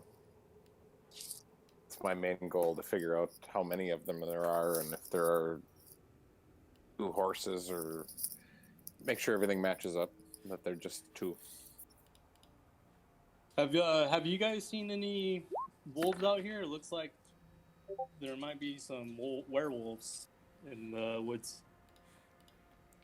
Funny you mention that. We're out hunting wolves right now. Out of Valakai. Cool. We definitely saw some fresh tracks, so that's awesome. Normally we don't just approach random people's camp, but tonight's definitely would be nicer to be in numbers. Yeah, Valakai. You said you came from Valakai? Yes, indeed. We've been out for a couple weeks now. This is our profession. We're professional wolf hunters. Yep, it's true. So Please come, have a seat. Have a seat. And you can see the fire is going now, and Stregobor is feeding sticks into the fire, and it's growing. So you said you've been out of Valakai for a couple weeks. What was going on there when you last left? Typical bullshit, Valakai politics bullshit. Not much of interest to us. We sold a bunch of our wolf pelts and a couple of wolf heads to the town's guard and stocked up on supply. We don't spend a whole lot of time there. It's not really our cup of tea. We like being out here. So werewolf hunters, huh? No, wolf hunters. Oh, wolf hunters. Have you guys ever ran into any werewolves or anything? Well, I mean, yeah, there's a den of werewolves somewhere out in this part of the forest. It's pretty rare to come across them, but usually if you do, it's, you're not going to live to tell anybody about it, if you know what I mean. Now, it hasn't been, I don't know how long it's been, not very long, but a bunch of werewolves laid siege to Kresk. I don't know if you guys know where Kresk is, but that town was pretty much cleared out. Most of the folks from Kresk made their way to Valakai and have since relocated it. Kresk is a goddamn mess. Yeah, we heard that story, but we heard some other things about Valakai. That's why I was asking. What kind of things? I know that there was some of Strahd's minions. In Valakai. Yeah. Well, if that's true, well, there hasn't been a record of any vampires in Valakai for as long as I can remember. That doesn't seem good. What can you tell me about that? I don't know. It's just something we heard, and you never know what people are saying or why they're saying it, and so yeah, we just heard that there was some of Strahd's minions were causing some havoc there, and that's pretty much it. I don't really know much else. Roll a deception check.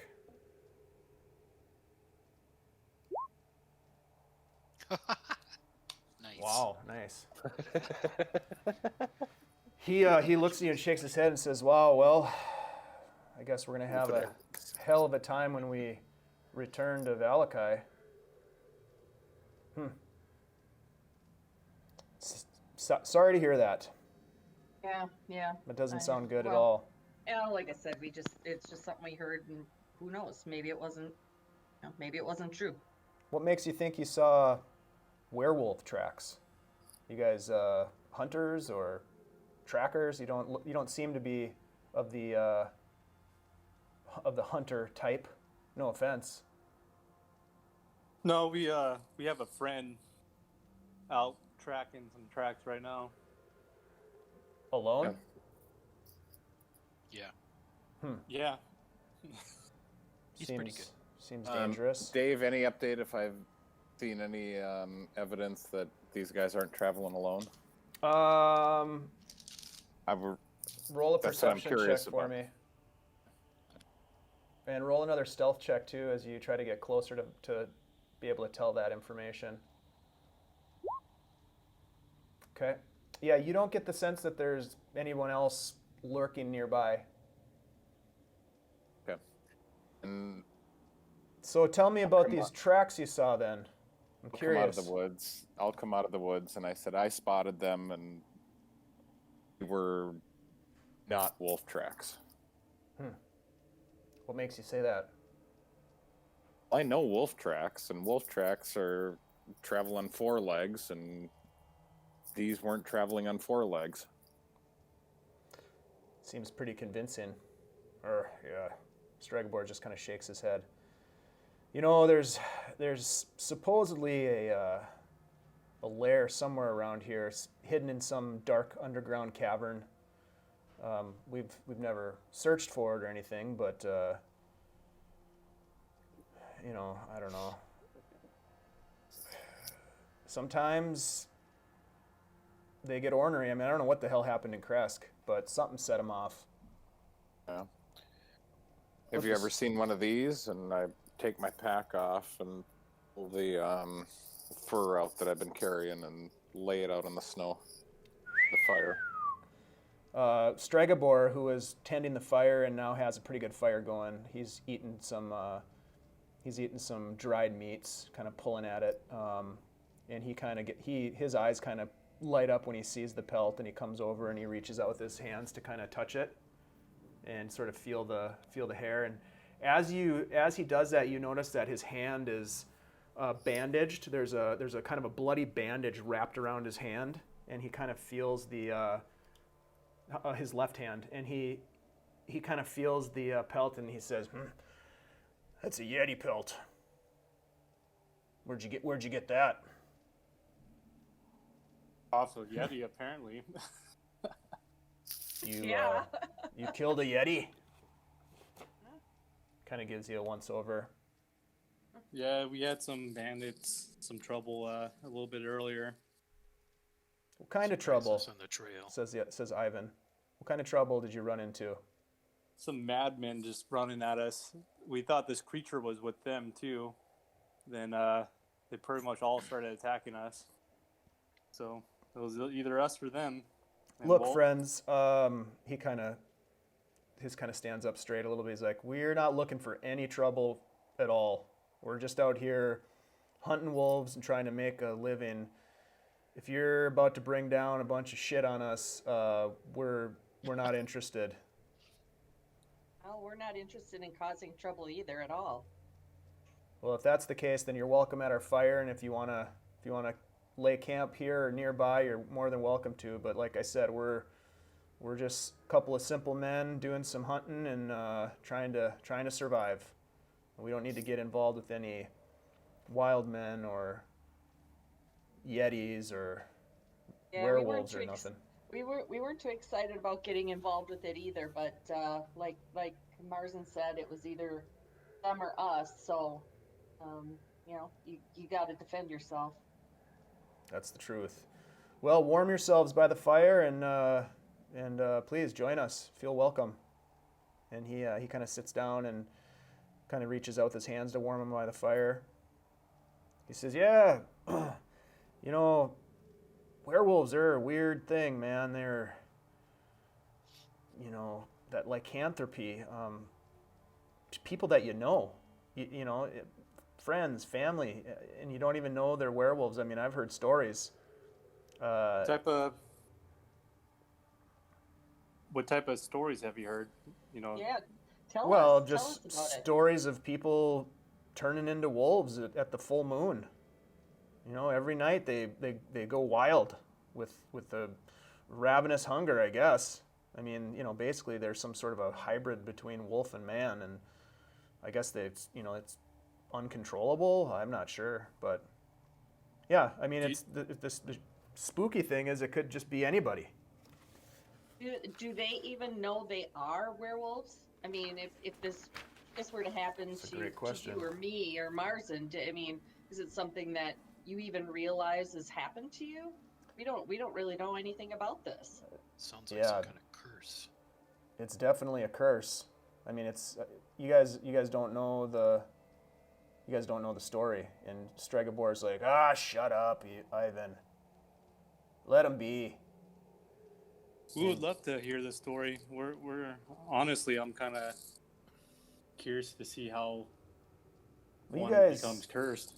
So you guys, I'm gonna get comfortable by the fire.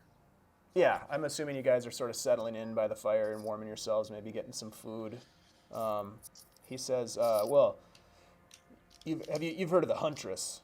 Where are you guys from?" Kind of looks around at you. You're from Valakai, or? We're from outside of Bavaria.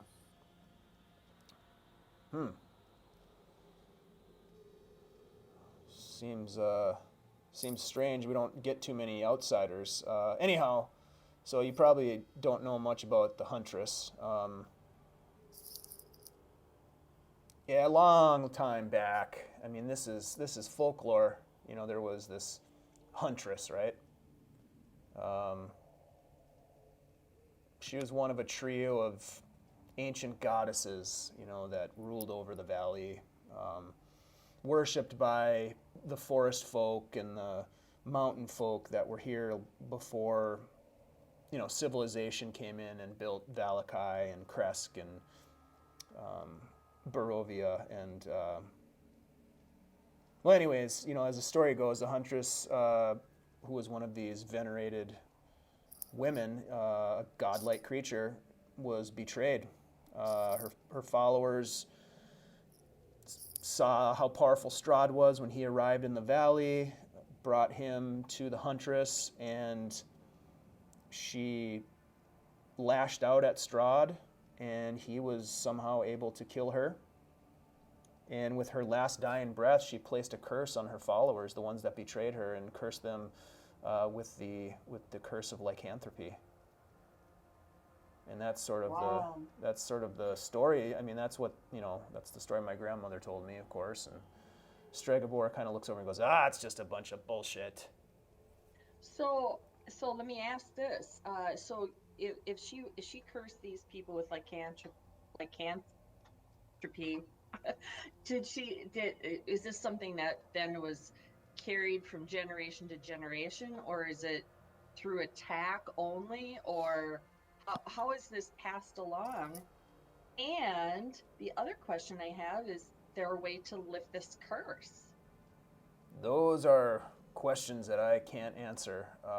I don't know this firsthand, but I know this from the stories that getting bit is the way that the curse is transmitted from individual to individual. It's almost like a disease, if you will. Right, but right. As for curing it, I mean, the best cure is to put those beasts down. At least that's the approach I'd take. So was this huntress? We heard a story from along the road here about these ladies three. Was this huntress one of those ladies three? Sounds about right. There were 3 of these goddess creatures, is what the story says, right? There was 3, wasn't there, Stregobor? And yeah, just leave them be. They don't need to hear that. They're not interested in that shit. Oh, you're wrong. We're really interested. Yeah. Do you know anything about the other 2? Not really. I mean, we're being hunters and all. I kind of gravitated towards learning a little bit and remembering a little bit about the huntress. I mean, I got one story that I might be able to remember about. God, this would have been one that my grandmother told me or something. And he starts digging around and getting some food prepped, and he's like, let me try to remember this story, and maybe after dinner I'll try to recount it. I don't know if it's of any use to you, but local legends and whatnot. And he starts getting food prepped, and he's got a little fire off to the side, kind of pulled some coals over from the main fire, and he's got a little pan where he's making some water out of the snow, and he's got some dried root vegetables that he's kind of boiling up. Stregobor's kind of helping him. He's kind of pulling off some dried meat and throwing it in the pot, making a broth. Dave, can I do a perception check to see where we are in the moon cycle? Sure. It would be a nature check. Okay. Wow, nice. It is really hard to make it out because of the fog that enshrouds Barovia at all times, but you're able to see through the clouds. They part just momentarily, and you get the sense that the moon is nearly full, if not full. Okay. All right. But it's just like a momentary glimpse of just like an outline of the moon. You don't even get a clear view of it. It's just like the outline shines through. Okay. Thanks for all, Shannon. I'm sorry, what was that? As he's cooking, he says, "Where'd you hear this story about the ladies 3?" Just out of curiosity. Most people around here don't know anything about that. Oh, we ran into this woman in the woods. Just kind of stumbled upon her. This Jenny. That was her name, Jenny. And she, we shared a meal, and she told some tales, and that was one of them. Stregobor looks over. He and Ivan kind of make eye contact momentarily and says,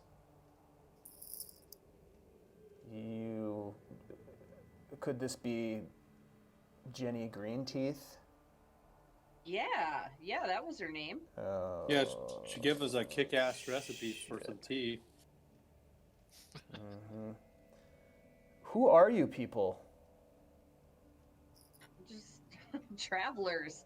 We found ourselves in this land by as much surprise as anybody else that we've encountered. So Jenny Greenteeth hasn't been. I mean, that's an old wives' tale. That's not. You're telling me that that's a real person? Yeah. I saw her myself. She was a sweet old woman. Yeah. Yeah, I mean, we've heard tales of her as a ruthless hag that lives in the woods. Never met her. I mean, I just thought it was a bullshit story to scare the kids. She wasn't the greatest to look at, but I mean, a hag's a little bit too harsh. She definitely has powers. Well, friends, it seems as though you've learned quite a bit of this place in a short period of time. How long did you say you've been here? Did you say? Oh, let them be. They don't need to tell you every little detail. Oh, shut up, Stregobor. I'm curious. We don't get to talk to strangers very often. I have to listen to you farting around. Yeah, whatever. So, yeah, I mean, how long have you guys been here? God, it's hard to tell. It's so foggy and dark all the time. I honestly, and Lathander, I can't even recall how long we've been here. It seems like forever. And where are you headed? More importantly, Are you heading to Valakai? Or, I mean, Kresk has been, there's nothing there. I mean, the people fled Kresk. A bunch of the children were taken by the werewolves. I mean, I don't think you want to go there. I mean, there's the Abbey, but I don't think there's a friendly person in that place. So you must be heading to Valakai? No, but what's this abbey? We haven't heard about this place. Well, there's an abbey in Kresk. The abbot, some guy lives up on the hill. Can't be much of a man of any of the gods if you didn't come down and try to do something about those werewolves attacking the town. From what I hear, they just sat up in the abbey, him and his, whatever he's got up there. That's a weird place. And when you said abbey, I thought it was just a freestanding, not in a town, but just the one in Kresk. Kind of someplace. Okay, all right. Yeah, the Abbey of St. Markovia. Look, you don't want to go there. There's nothing there for you. Kresk has been destroyed. So where are you going? I suppose we're headed towards Valakai. Is that to the east? It is. Yes, we're heading east. You guys been past the winery anytime recently? Have not. But, that winery it burned down. I don't know if you were around for that. No. We just know that everybody's looking for wine. Things are not good right now. Yeah, the wine supply is at an all-time low, and what we heard last time we were in Valakai is that the winery burned down. There's some sort of a battle that happened there. Some do-gooders that showed up trying to defend the winery and were overtaken by forest folk. I guess the vineyard is partially intact, but the building was lost. Oh. Well, so much for people getting some wine anytime soon. Yeah. Is there any town here that's not under siege or being burned down? Or well, we thought Valakai was going to be a fine place to return to, but from what you're saying, it's probably just in the same place as Kresk is, or worse. This isn't good. Well, I guess we'll find out. There's Barovia, but that's plumb all the way on the other side of the valley. That's a couple days travel from here, past the gates to Ravenloft, which is a dangerous journey in and of itself. Where are you guys coming from? We've been hunting the woods around here. We operate out of Valakai typically, but we don't spend a whole lot of time there. Spiders slow down in the snow and the cold? Spiders? We try to stay away from the spider layers. We focus mainly on wolves. I mean, occasionally we'll see a spider, but this time of year, with it being this cold, not as likely. Good plan, staying away from the spiders. Yeah, they're dangerous. Well, wolves are dangerous too, but we know how to take care of wolves. Hey, got any hints? Kill them. I mean, trap them. Arrows. I mean, usually we bait them in, try to take them out one at a time. You know, the wolves typically run in packs around here. So you try to bait them in with some meat, some flesh, and then either have some traps set or shoot them from the trees. They're smart, though. They seem to be. It seems like they're getting smarter and smarter too. Isn't that right, Stragobor? Sure is. Yeah. Fucking animals.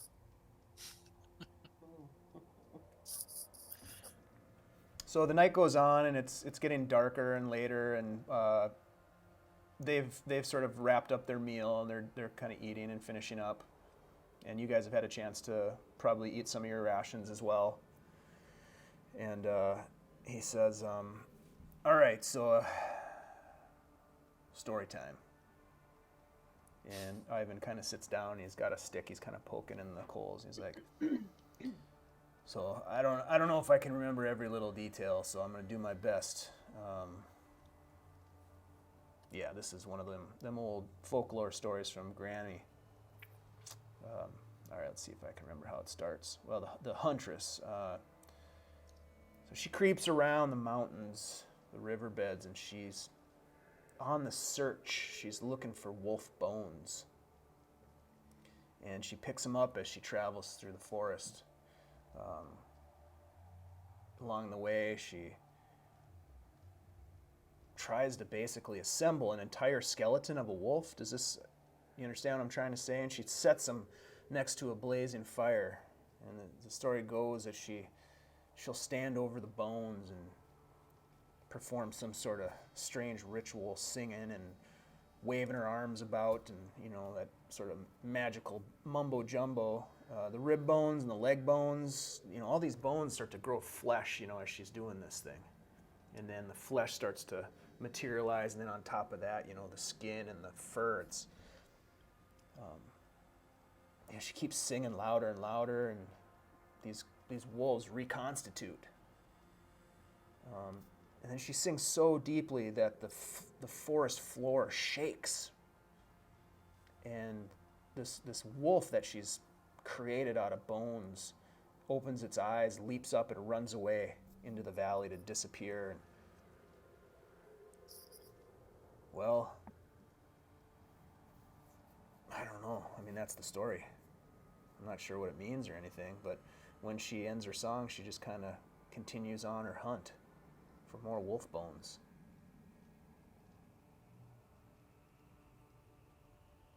That's how I remember it anyways.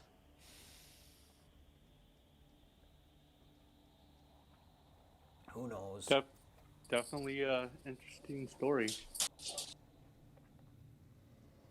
So are the wolves that live now, or are they like her children? Well, she, like I told you, at least from what my grandmother told us, and she was pretty old and a little wacky when she told the story. The huntress is the source of the curse, right? So, Right. In a sense, I guess the werewolves are her children or her pets, I guess, or something. I don't know. There's a lot of symbolism in those stories that I don't quite understand, but anyhow, that's what I remember. Dave, can I do a check on if I believe that they're what they're saying? Yeah, you could roll an insight check.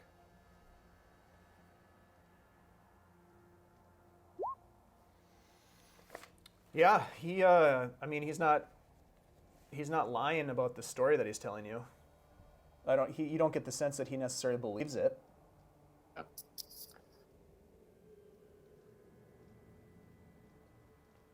So you're heading to Valakai, but Valakai's been overrun. Your travels are your own business. I'm sorry that I pry so much. Yeah. It's easy to get talking around the campfire, but it might be about time to turn in. Yeah. Well, would you folks be willing to take some responsibility in the watches this evening?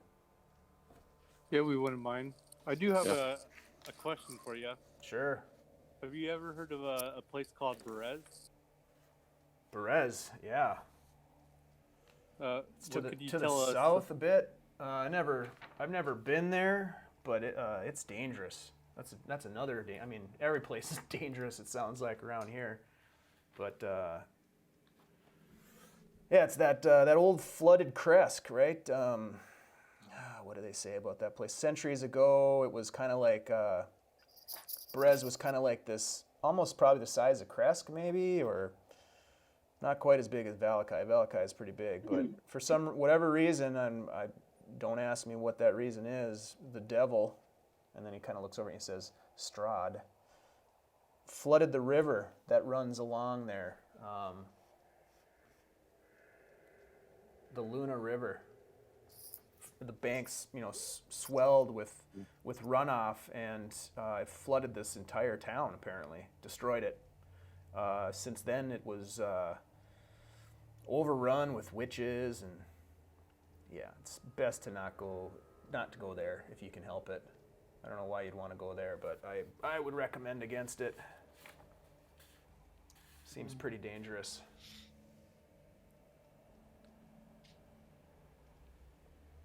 Anyhow, you got any other questions? Suppose if you got more, we could talk about it later. Yeah, no, I think it's time to turn in. Well, look, Yeah, I'm getting pretty tired. this time of year, it's hard to stay awake at night. So it's best to do watches with two people. Stregobor here will do the first watch with one of you folks if you're interested. I'll stay up first. Okay, so Stan and Stregobor. And I'm thinking would like to Who's going to do second watch? set a trap. I'll Who's do gonna- second watch, if nobody else wants to. Okay, so it's going to be Corben. I'll do. Do you want to do second watch with Corben, or do you want to do a different watch? I'll do it with Ivan. Okay, so Then- third watch then- will then be Marzen and Ivan. And then I'll sit with Corben. Okay. Actually, we need one. Yeah, that'll work. That's fine. Mara. Okay. All right, Stan. Sorry. What did you want to do? I want to set my animal trap in the. Sure. Roll a Trail. survival check.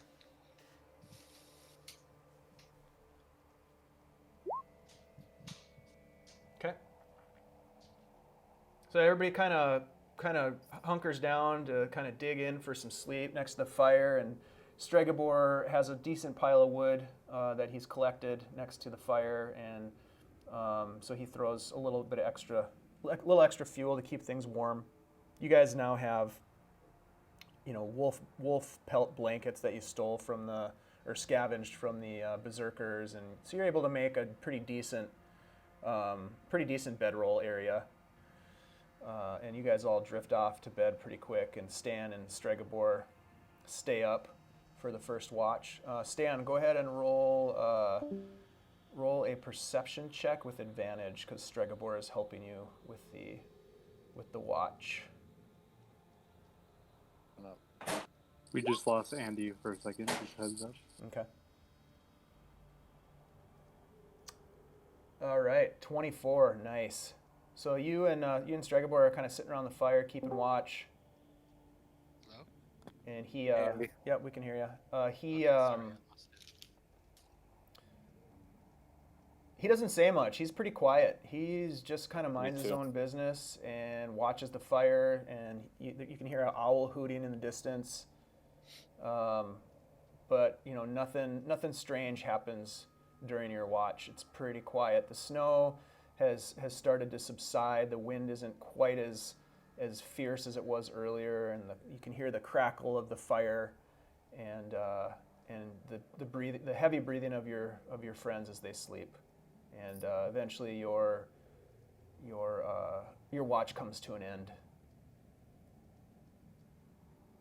and you wake up Corben and Mara.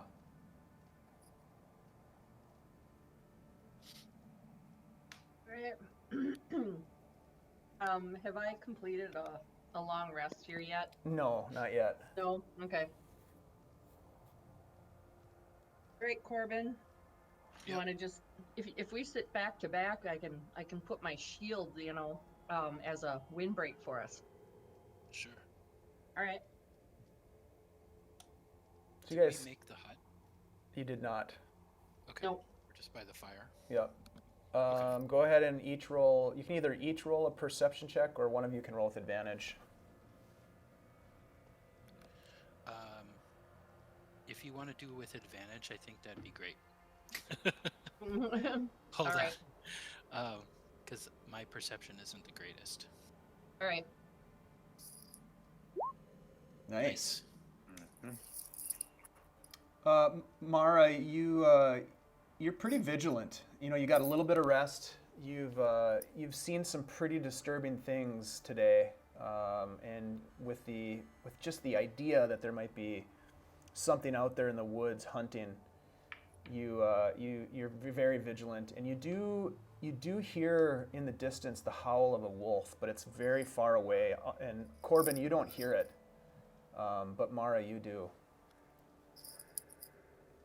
So Corben, couple things. I don't know if you could hear what I just heard, but I'm hearing some wolf howling, and just as an FYI, if it's not a full moon, it's darn close. So eyes open and be ready to do whatever we got to do. All right.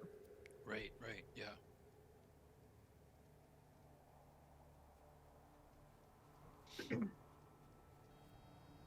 Okay. So you guys sit there for a couple hours. Fire's crackling. You need to feed the fire a little bit to keep it going. Not a problem. There's plenty of wood.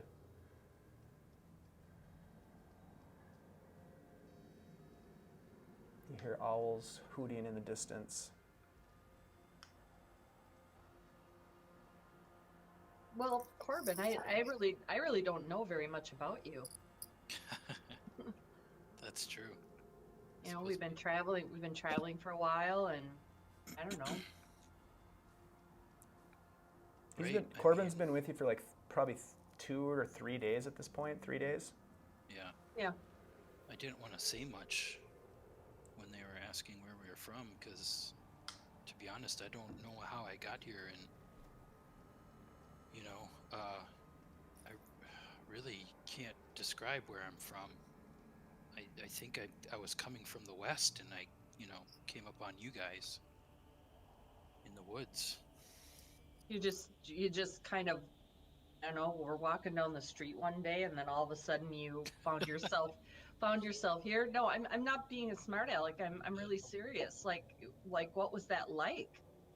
It was bizarre. I mean, I was on my way to Argenvostholt, but it was almost like, I don't know how to describe it. It was like, when I got there,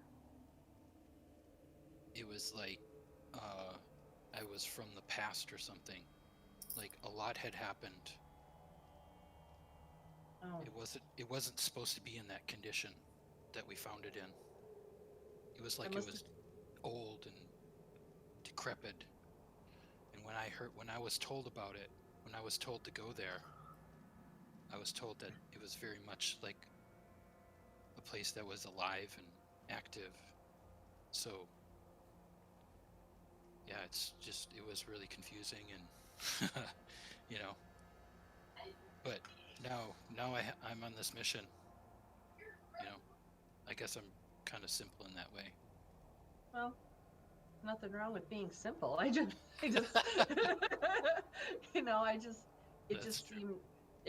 I was just kind of trying to wrap my head around, how you came to be here, because we get asked by everybody we meet, and all of us kind of seem to have found ourselves here in different ways, and I was just curious about your way.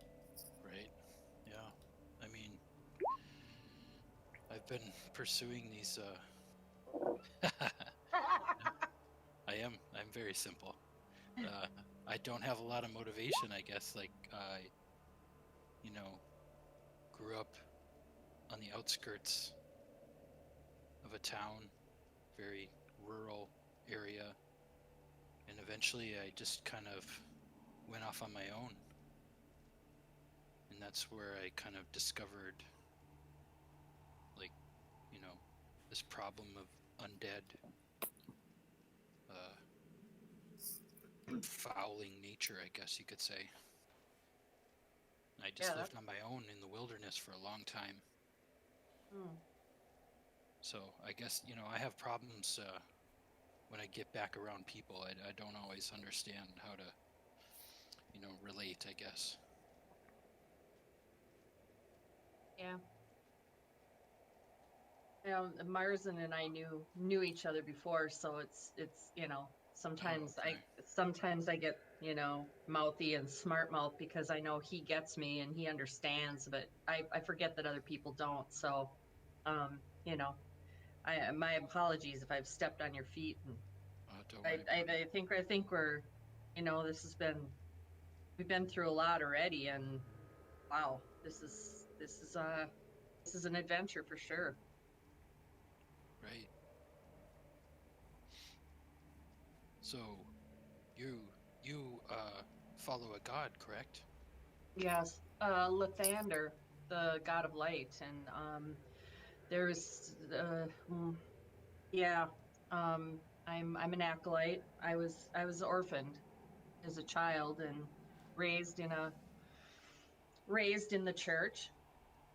So Lathander is my god, and I find this place very, very disturbing because, of course, my god is the god of light, and we ran into some of those things at Argynvolsholt, that some of that symbolism, and in that in the chapel there, that was my god, and so in similar way to you. I was very disturbed at the way it had all been broken down and taken over by undead. Oh and yeah, and just and there's just no sunlight here, and it's yes. it's very, very distressing to me. It's bizarre. It's unlike anything natural I've ever come across. It's oppressive in a way. Yeah. I was orphaned too, Mm. except after that I just wandered off into the woods. Well, I was left on a doorstep as a baby, and so I was raised. The church raised me, so I'm very, very grateful of this. But yeah, it's I was older. I was 16. oh, that sounds sad. It was, but it gave me in hindsight, I guess it gave me a purpose.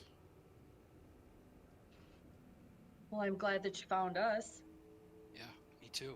I don't know. I don't know what I would have done in this place without you guys. It was fortunate that I came across you, for sure. It seems Well- like a bad place to be all alone.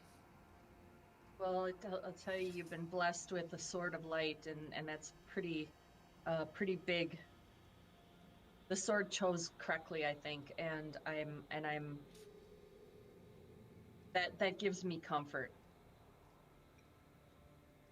Well, I'm definitely going to be looking to my friends for guidance on how to use this thing. I don't want to, reveal it too soon or use it when Yeah. it should be, and it's a great weapon. I also feel like that kind of puts our target on our back too at the same time.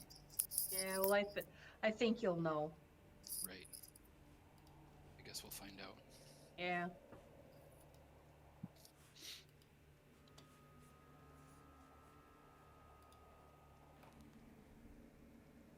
All right.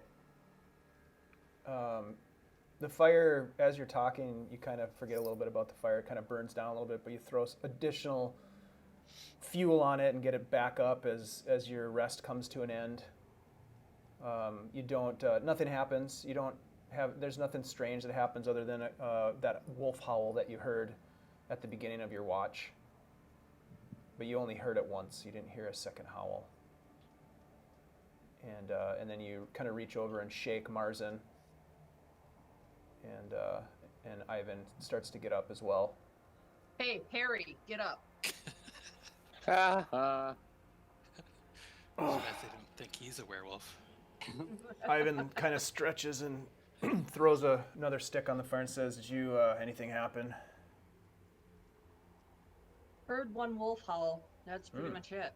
All right, that's a good sign. I mean, Like for we the might hunt.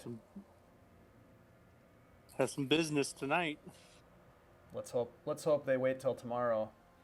I'd rather be well rested when we go after these wolves. I mean, Stragobor and I have some wolves to kill. Let's be honest. And Corben and Mara, you guys kind of get back into your respective bedrolls and drift off to sleep. And Marzen and Ivan sort of take up the mantle of keeping watch. So you're really thinking about going to Berez, huh? What draws you there? The witches. Hmm. Yep, they had something we're trying to get from them. Some bones. Well, just be forewarned, which I'm sure you already know, that it's dangerous. You know anything of the witches that reside in Berez? Well, like I said, we've never been there, so I don't know a ton. There's kind of a hierarchy, right, of witches out there, and what I've been told is that the queen bee out there is someone by the name of Baba Lysaga. That's about all I know, man. Like I said, we steer clear of that entire area. We try not to go south of the Svalich Road. We usually work, on the north side, because you head south, you're looking at Berez, the ruins of Argynvost Holt. Nobody wants to go down there. Yeah, the mountains are treacherous.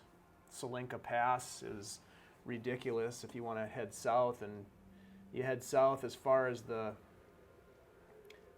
Amber Temple, which I've never been down there. I mean, you'd be lucky if you get there, if the mist don't swallow you up. So yeah, we stay close to the Svalich Road as best we can in the shores of Lake Zarovich, between here and Valakai, and that's my advice. What's with all the hair? I mean, I don't mean to be rude or nothing, but Jesus. When I first saw you on the trail, I thought you were a werewolf. Yeah, well, it started getting cold, and Jenny Greenteeth, she gave us this potion to make my beard grow, and it apparently it worked too well. Tell me about this Greenteeth. I thought she was just a legend. No, she's definitely real. And you were at her house? Yeah, we ran into her.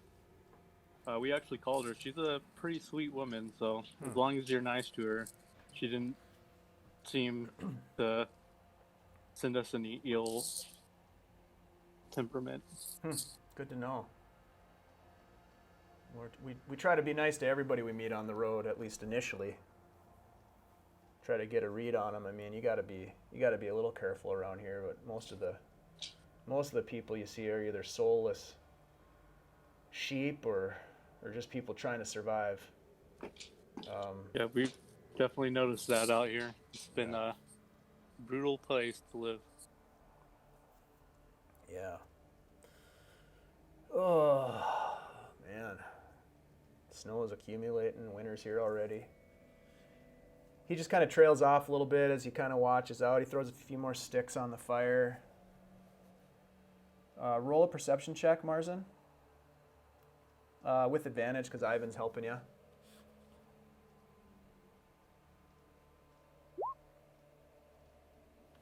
You hear the wind blowing through the trees. There's an owl somewhere nearby hooting.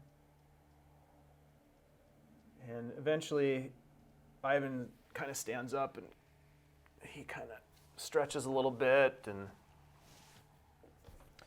he says, I got to use the facilities. And he walks down the path a little ways away. Not super far away. You can see him still illuminated by the campfire a little bit, casting a broad shadow against the trees further down the path. And he's kind of standing there taking care of his business. And from out of nowhere, you hear a and if you were watching, you just see this black blur of a creature bound and grab him and disappear into the woods. And if you weren't watching, you turn around to see what that was, and there's no Ivan. I'll pull out my horn and start running towards him and just blow my horn as loud as I can. All right, so you blow the horn. I'm not sure what the horn sounds like, but What's going on? it wakes everybody up. What the hell? Yeah, and I'm just running towards where Ivan was taken to try to catch up to him. All right. There's so you, trouble. you There's run trouble. up there and you roll a perception check for me again once you get up there, or an investigation check actually. You look down and you see his tracks, and you look over to your right and you see big wolf-like tracks, very similar to what you saw before. And it appears, now that you're kind of looking for it, it appears as though it was a bipedal creature, not a four-legged creature. And the stride, you estimate, is probably about 6 to 8 feet. Oh shit. Then I'm just gonna keep running to try to save him. I don't know. Is he screaming or anything, or is just like? You gotta take him, No, you don't hear anything at this point. And the trail goes into the woods, headed I'm- north. I'm gonna cast light on my shield and just kind of keep running and kind of like keep Into the blowing woods? my horn to All right. see if I could catch up to him. All right, roll an athletics check for me as you crash through the underbrush and into the forest, trying to make your way through. Nice. Yeah, you're able to push through. The light from your shield illuminates how far? Is it 40 feet, 20 feet? Let me double check.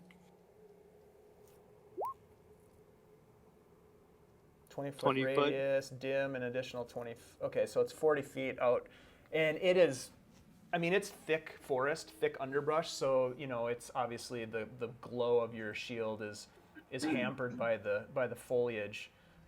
But you're able to crash through, and you're following the tracks best you can. Roll a survival check for me to try to follow the tracks. The rest of you just barely caught this glow of light emanate from Marzen's shield before he disappeared into the woods. I'm gonna work to light 2 torches. I'm throwing light on my shield and I'm going after him. Yeah, I'm grabbing all my weapons and just charging after Marzen. Yeah. I'm gonna be like continuously like blowing on my horn too, like every Okay. few seconds to kind of let them know Absolutely. what direction I'm going. Okay, so you're blowing your horn.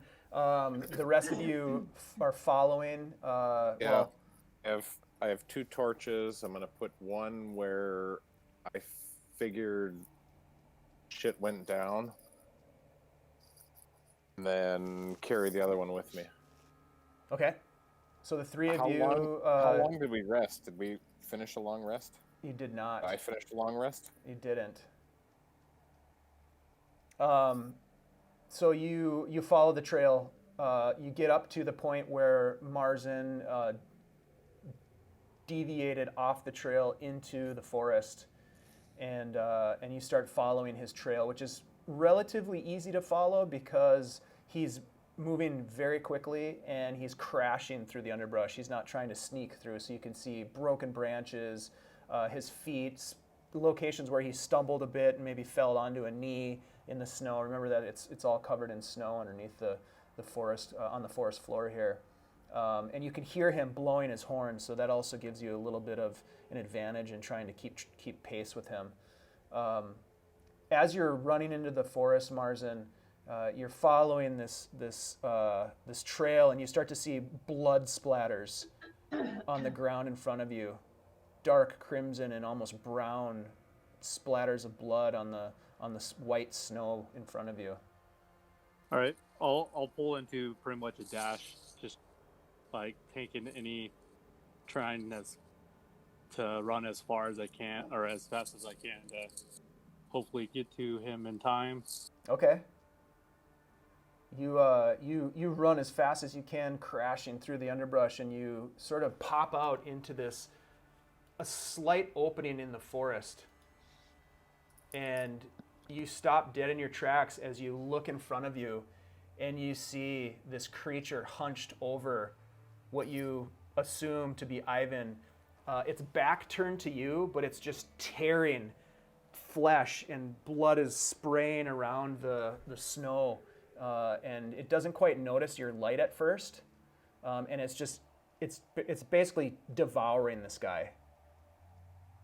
Yeah, I'm just gonna bum rush it. All right, hold on a sec. All right.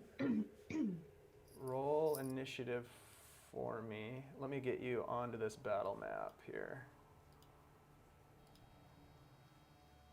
Marzen.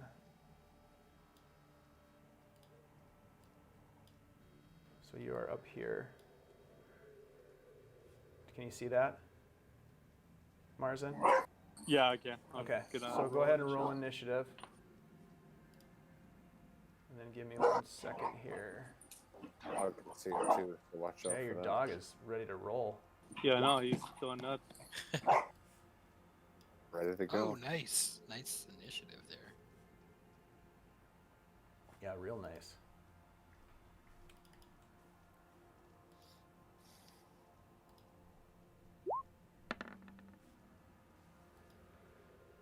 All right, and then one of the three of you, whoever you guys can decide who it's going to be, roll a survival check with advantage. Go. Probably I'll go. Stanley. Nice. Wow, really Yeah. nice. Yeah. All right. I guess it would be the first one, right? Did you hit it twice? I hit it twice. I didn't realize I had advantage on. The second roll was good, but first one was good too. Curious how far we went between time when I dropped the first torch at the end of incidents where we are now. I don't think we ran real far. Ways.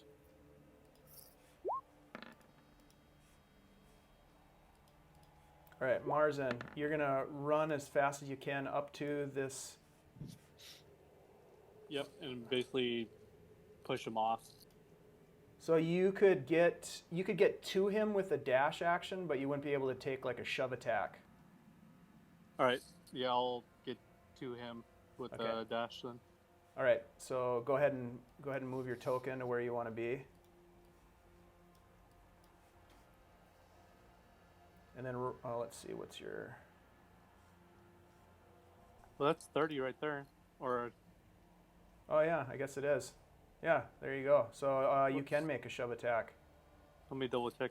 Yeah, I thought it was more than that, but Or no, you're Yeah, right. You DM. can get to that adjacent square right there. one. All right. So Yeah, then you can get there. And then Alright, roll an athletics check, contested by his athletics check. Come on. That's close.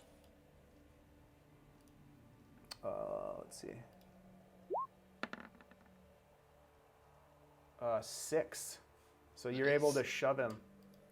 All right. Do I? So I'm just gonna shove him pretty much off of Ivan. Okay. Would that? I wouldn't be able to cast this Cure Wounds or anything on Ivan now, right? Would that, You have a bonus action. could I do that? Not even looking to see, just notice that he was getting ripped in. So I'm just gonna touch Ivan and cast it without pretty much a moment to spare, pretty much. Okay.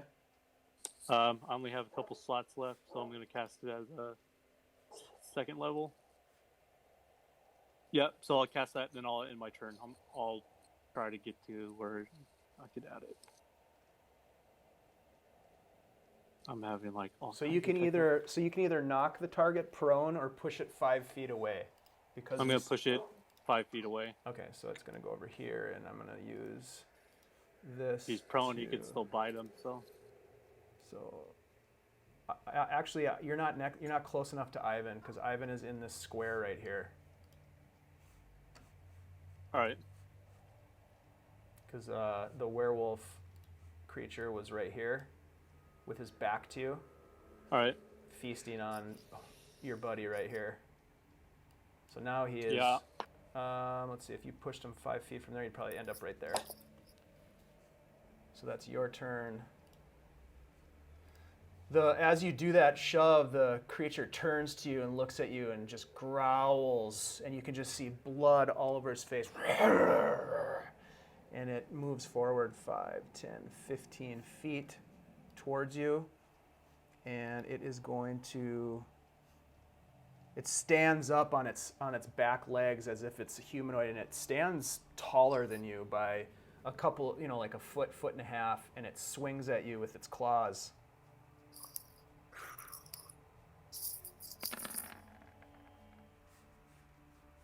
Oof.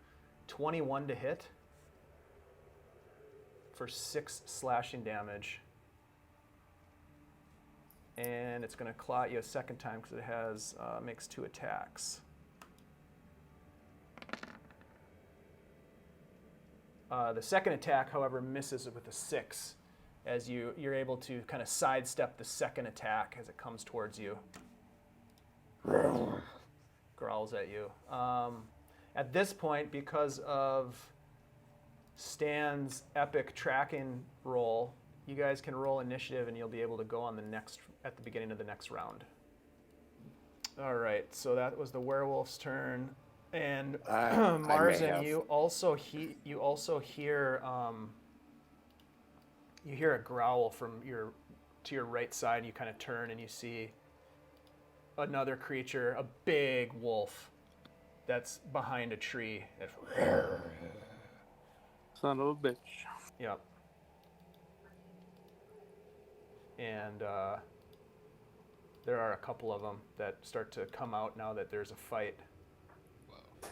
Little did they know I am ambushing them. They're not ambushing me. That's right. That is absolutely right. Okay, so let's get the rest of this turn. This guy right here is going to move up towards you. And it has advantage on its bite attack because it has pack tactics. Let's see. Okay. It's going to try to bite you.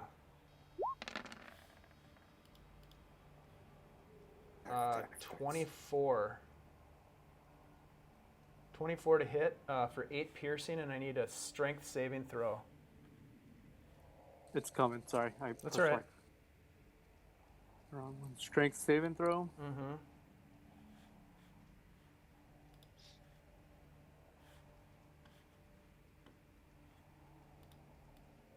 Should have went through. I didn't pull it up.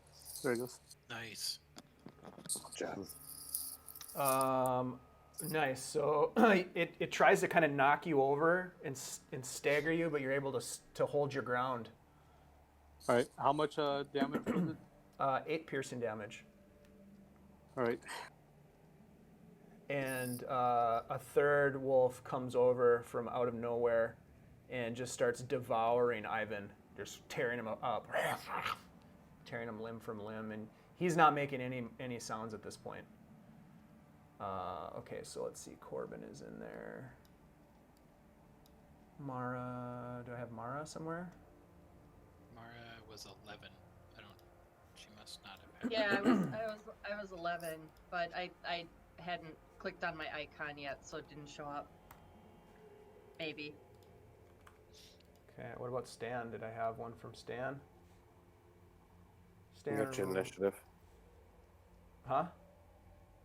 There's initiative from Stan. Oh. Oh.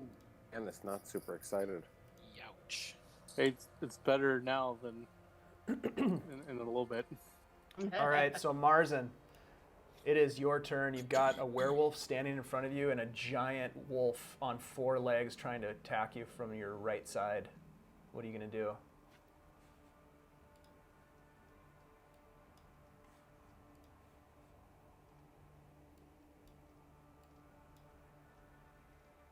You're going to take the attack of opportunity from that wolf? Yeah, I'm gonna step here and heal him. Okay, so this guy's going to bite you as you move away. With an 8, misses. All right. Nice. Then I am going to cast Cure Wounds on Ivan. our new buddy. Yep. Okay. As a second level spell. Okay. Then I'm going to give a bonus action and give some inspiration to Stan and say, basically start shooting these guys. All right. And that's it. Okay. As you touch Ivan, you can just see his eyes kind of go wide, and some of his wounds begin to heal, and he gasps for breath as if he was unconscious and coming to. But you can just see that he's eviscerated, and most of his intestines and his internal organs are sort of exposed right now. He was being essentially devoured by this wolf. But nonetheless, you're able to bring him back to consciousness, and he just cries out in pain. At this point, Probably worse than Yeah. just letting him die. yeah, right. This wolf comes running in, not really seeing the 3 additional people entering, and comes in and is going to attack you. Let's see. Yep, it's going to attack you with a bite attack with advantage. 21 for 13 damage, and roll another Holy strength save. Shit. Yeah, pack tactics is ridiculous. You get thrown to the ground. All right. as this 13 thing damage, you said, pounces right? on you. Yep. That brings us to Corben. Corben, the scene I'll paint for you is you come running up through this thick underbrush, crashing through it, and you emerge into this sort of opening area, and you see your friend Marzen just get pounced on by a wolf, and he goes down, and he's probably 30 feet ahead of you. And you can also see that there's a smaller, there's a werewolf right here, up on 2 feet, and then there are a couple of giant wolves surrounding your friend. Alright, I'm gonna go. I'm gonna move up. 6. And I can attack this guy, right? Is he in melee? This guy here? Yep. Yeah. Okay. I'll attack him. All right.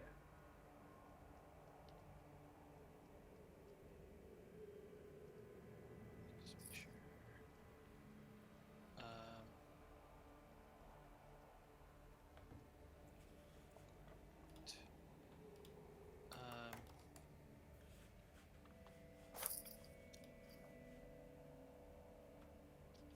Hunter's Mark, is that a bonus action? It is. First level spell, right? It is, yep. Alright, I'm And gonna it takes cast a bonus action to cast.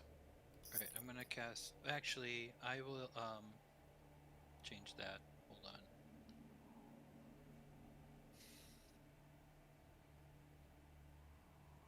I will use my sorry.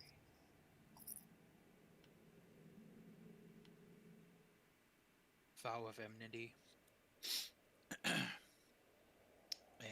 I will, against this guy, Mm-hmm. I will say, I will end you now. And then start slashing. So you have advantage Nice. on him now? Is that Yeah. how that works? Okay. That's a Um, good so- plus. Start hacking. Mm-hmm. So that's your bonus action. Got it. Yep. And That's your channel divinity. Okay, got it. Thank you. I will get there eventually. Here we go. Attacking. Oops, I forgot to do advantage. So I'll just roll, Roll again. again. We'll go with the first damage. Yeah, so 7 slashing damage. As you cut through this thing. And I will take my extra attack. with advantage. Nice. So another 7. Yep. So 2 quick carving motions with your sword, and you kind of move this creature back a little bit from your friend, who has sort of crawled out of the way. Anything else, Corben? No, that's it for me. Okay.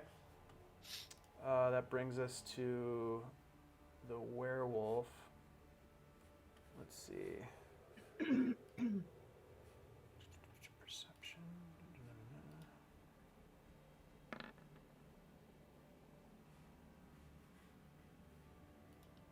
Yeah,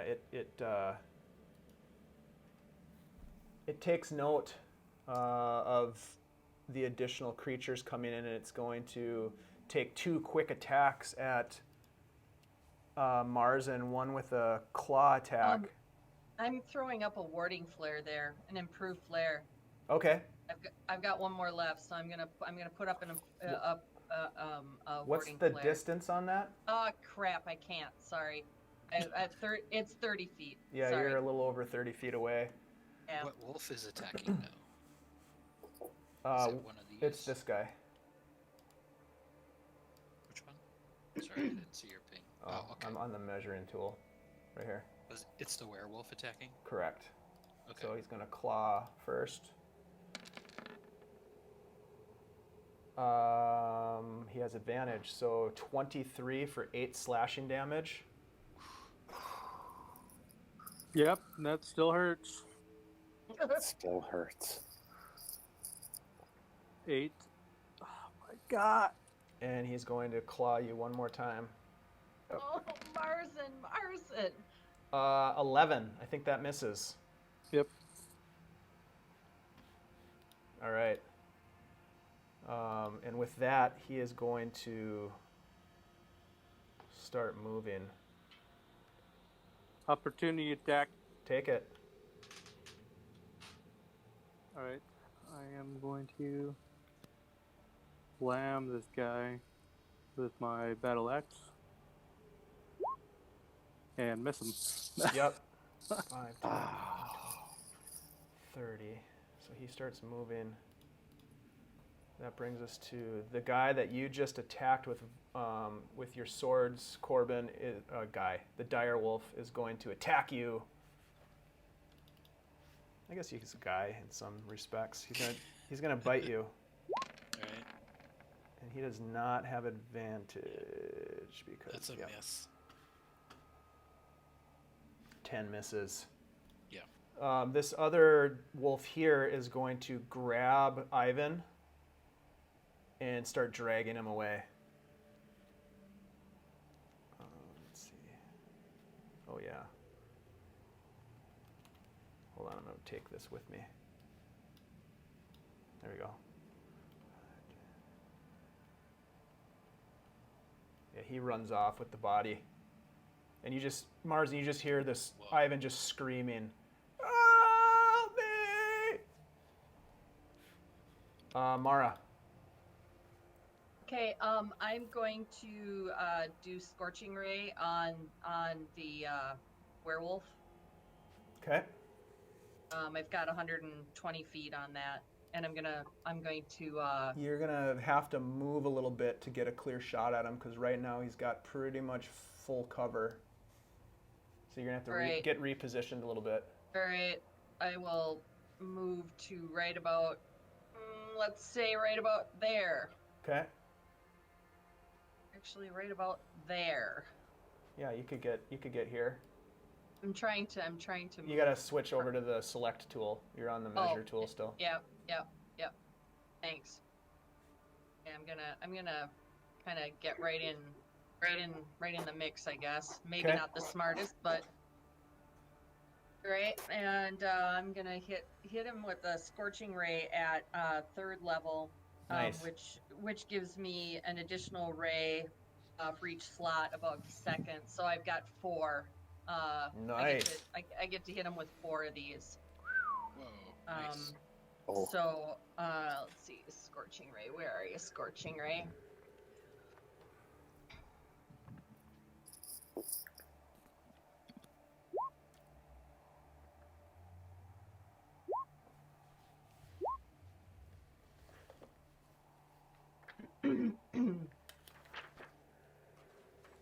Nice.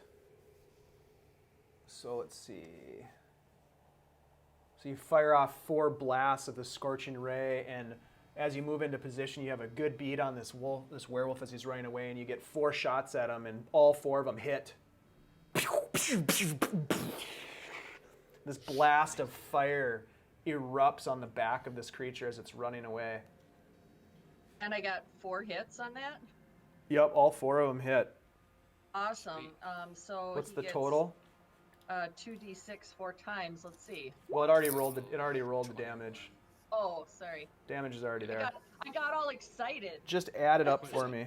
32. The 11, yeah.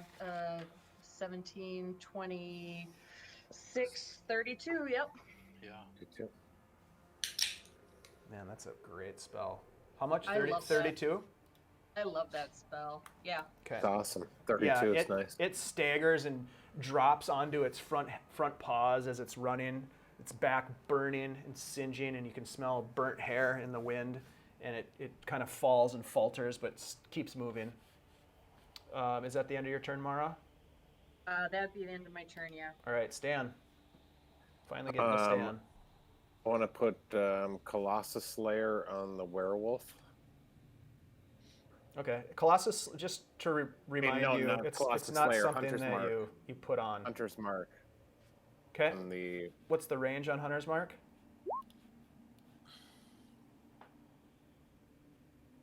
90 feet. Yeah, you're fine. 90 feet. Yeah, you're good. Okay, so you got Hunter's Mark on him. Then I want to make a bow shot, and I'm pretty sure I'm clear on that. From where you are Yeah, right just- now, no. You'd have to get a different position. He's got. Out there. You can try. You can see part of him. I mean, he's on fire, so he's illuminated, but it's not a clear shot by any stretch of the imagination. Feel pretty good about it though. The arrow flies through and And I want hits to put branches of this tree. Can I put Bardic Inspiration on that? You could, yeah, sure. You're supposed to do it before you know the outcome, but yeah, go ahead. Why not? I thought I could after I saw it, and I was in the other screen. I was on the. You can off do to it the side. after you roll, but you're supposed to say that you're going to use it before you know the outcome. But it was right on the cusp. So yeah, go ahead. Okay, Bardic Inspiration. Will that help? Roll a 1d8. Let's find out. Getting over here. 1d8. Oh. It still misses. The arrow hits the branch and Tried so digs into hard. this tree right here. Didn't a 13 hit before? It did, but there's a different situation now with him being partially obscured. Partial cover. Yep. Sorry, yeah. Mhm. Yep. Yep. All right. Anything else, Dan? You have an extra attack, I believe. I got an extra attack. I want to try it again. Okay. So I've still got Hunter's Mark on him. Here's a longbow shot. Hopefully it's better than the other one. Yeah, that one That's hits. better. Whoa. Roll your Hunter's Mark damage. And Colossus Slayer, because he's already taken some damage. Nice. Very nice. Yeah, he is not looking good as he's barely moving, but he's still up. That brings us to Marzen. Marzen, you are prone. You're laying on the ground. I've still got just a little bit of movement left. Can I move up just a little bit? Sure. I use Select-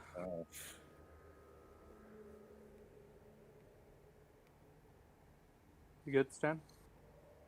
One more. Yeah, get there. I'll use half my movement to stand up, Okay. Right there. then I'll disengage.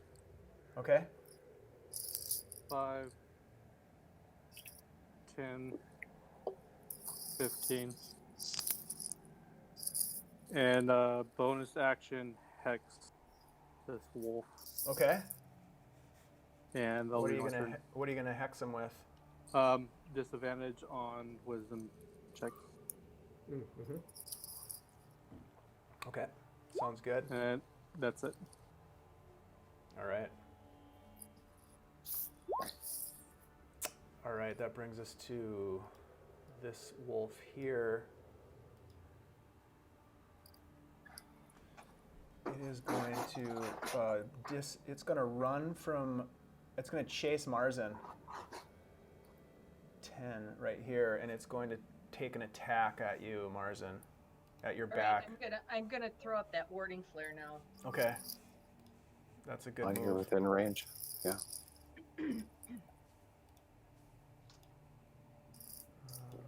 So it will have disadvantage on its bite attack.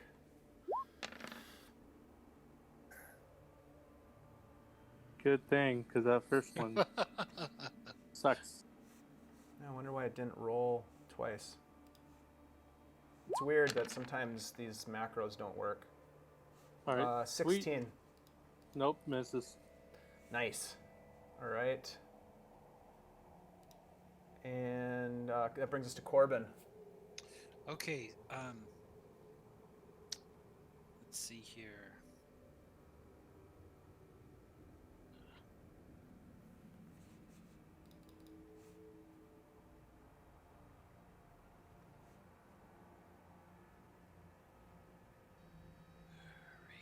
I'm going to, seeing that Marzen is a little exposed, I'm going to bonus action cast my Shield of Faith spell.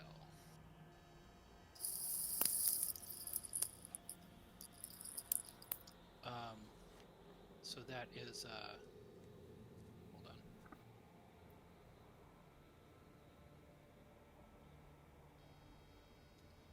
You're casting that on Marzen? Yeah. So Marzen, you have +2 to your armor class, as long as Corben maintains concentration for up to 10 minutes. All right, sweet. That's nice. And then I'm going to attack this one again. Okay. So your bonus action is cast Shield of Faith, and you're going to attack. Go ahead. And you have advantage because you cast your Vow of Yes. Enmity.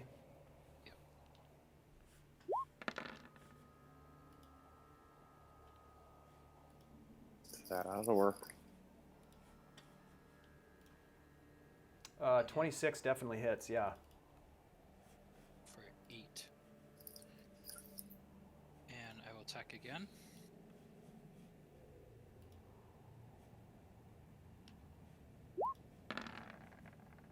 Oh, that is good. Does 12 hit? 12 does not hit. Right. So your first attack cuts through this creature's chest as it snarls at you. The second one, it kind of dips out of the way as you swing down at it. Anything else? No, I'm good. Okay. Yeah, the werewolf's turn. 5, 10, 15, 20, 25, 30. Whoa, let's take it off. Yeah. And then uses his action to dash away. What? Oh, shit. This guy is going to he's going to move away from you, Corben. So if you want, you can take an attack of opportunity with advantage. I will do that. Okay.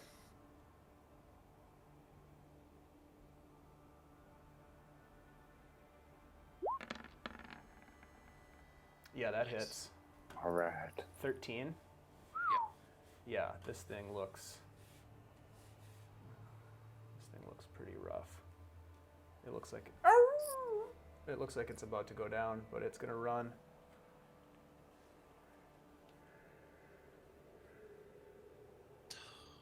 Man, these things can move. Yeah, they have some serious movement. For all intents and purposes, that one has disappeared into the forest. Let's see. The one with Ivan does the same thing. They all take damage. Pardon me? They all take damage. I think all the wolves got hit. No. Not to your knowledge, they didn't.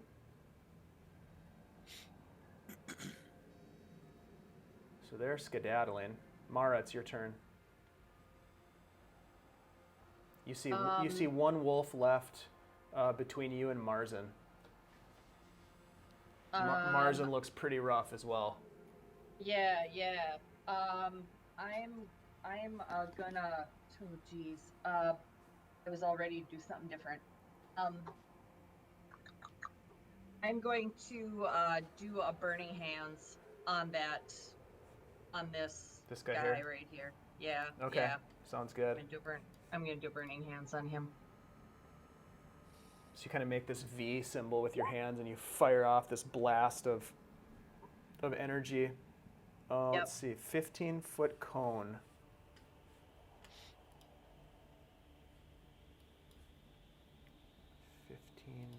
Cone.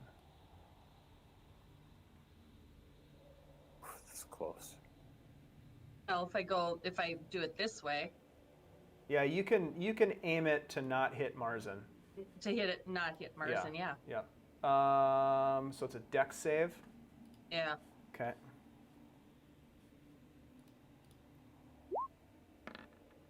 Uh, 12. Nope. So it takes 7 fire damage. Nice. Yep. Oh! Very nice. Anything else, Mara? I'm going to move towards him. Okay. Let's see, what's my distance here? I'm gonna go about halfway, Okay. roughly halfway between me and him. So I'm only gonna go about 5 feet. Got it. You're gonna have to switch over to the pointer tool. Yep. All right, Stan. Now you have a clear shot on this thing. All right, I'm gonna shoot him with a arrow.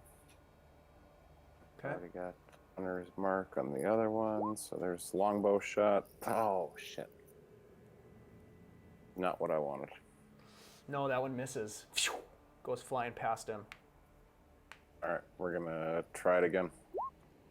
That one hits. And then Colossus Slayer, or no?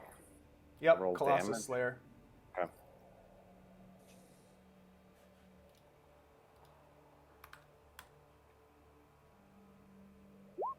Nice. Additional 3 damage. Yeah. This guy's looking pretty rough as well. Marzen. Or I guess, Stan, did you have anything else you wanted to do? I think you... I kind of wanted to move over toward the werewolf and keep an eye on him. Yeah, go ahead and move. You haven't moved at all, so go ahead and you can move I up to haven't. 30 feet. I'm having a hard time with grid on the screen. And if I can go one, select myself. One, can I climb over that rock? Yeah, Two, it's a smallish rock. 3, 4, 5, 6. No. Yeah, that's 30 feet right there. All right, 30 feet. Marzen. No, I'm measuring. I couldn't tell where I was. Can I not move? Yeah, that's fine. Go back to where you were. Okay. All right, Marzen, go ahead. All right, dash action. 1, 2, 3. Attack of opportunity. Yep. Go ahead. Bite. Misses with a natural 1. Dashing. Okay. And that's my turn. Okay. Let's see, that brings us to this guy here. He is going to run as well. So Mara, if you want, you can take an attack of opportunity with your reaction. Yes. I don't think you... Well, did you use your reaction yet this round to do a warding flare? Yeah. Okay, so you don't have a reaction, unfortunately, but 5... Not 10. this round. Huh? She hasn't this round. because she did No, not Scorching this Ray. round. No, not this round. It was, Oh, okay. All right. So go ahead and if you want to take an attack of opportunity, you certainly can. And I guess I have yet to take an attack of opportunity since we Yep. started this. You have to use your You have to use quarterstaff. you have to use a weapon. It can't be Okay, a spell unless you have you- there's a special feat that you can take, but you don't have nope, it. That's you answered my question. I'm gonna take my mace and swing it over my head and Yeah, try absolutely. to beam this guy. That misses as he's so fast.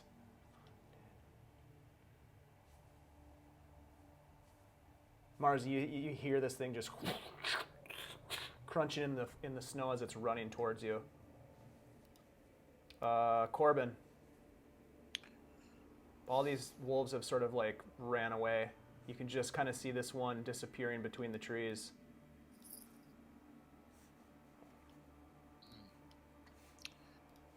Okay, wow. I And don't Marzen keeps running deeper into the wood. Oh, troublemaker.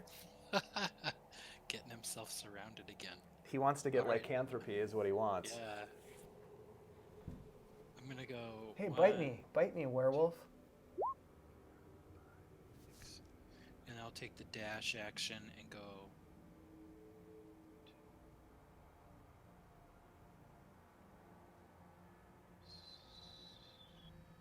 6 right there. Yep. Okay. Good. That's it. All right, sounds good. All right. Let's see, that brings us to the werewolf. And he is going to run. Ugh. These pansies. Dirty dog. And he disappears into the woods. Oh, Yeah. Dirty dog. let's get something. Let's get this last one. That's Mara. Okay, this is gonna be tricky. Let's see here. 'Cause I don't know how far. Let's see. I can go 30. So, let's see. 30. Something like about there. All right. So I'm gonna go like about here, and I'm going to That might be a little bit farther than you can actually move. Okay. So if you're right here, you can go, hold on. 30. If you're right here, you can go 5, Yeah. 10, 15, 20, 25, 30. Yeah, I can't see any grid here, so I was just going as the crow flies. Okay, well you can get right here, is what I'm telling Okay. you. Yep. Yep, I gotcha. I just need to see how far that is. Okay. All right. I'm good. All right. So I'm going to do a guiding bolt Okay. on this thing Okay. right here. So, Nice. Whoa, nice. That ought to hit. 25. Yeah, that hits. For 16, nice. You just fire off another blast of energy and just. And it's just basically like causes the wolf to just stagger forward even a little bit farther into the forest. God, I want this thing dead. Anything else, Mara? I'm just gonna move forward some more. Okay. You can't. You already used your movement. That's right. I'm at my movement then. Nope, Yep. that's it. All right, Stan. All right. Curious about how far I can move and if I can get in range. You can move 30 feet There's, and still use an attack, or you can 5, move 30 10, feet 15, and use 20. a dash action to move your second 30 feet, but then you wouldn't be able to attack. 25, 30. Then I want to shoot an arrow. You can certainly try. There's a lot in between you and the wolf, but you can try. 19. Oh, did you roll already? Yeah. 19. Yeah, that hits. Excellent. You, Corben, you hear the breeze of an arrow fly right past your ear. Goes right past Corben. Yep. And the wolf drops to the ground in front of you There we go. in the snow. All right. And at that I'm happy I point, missed you, Corben. we are out of initiative.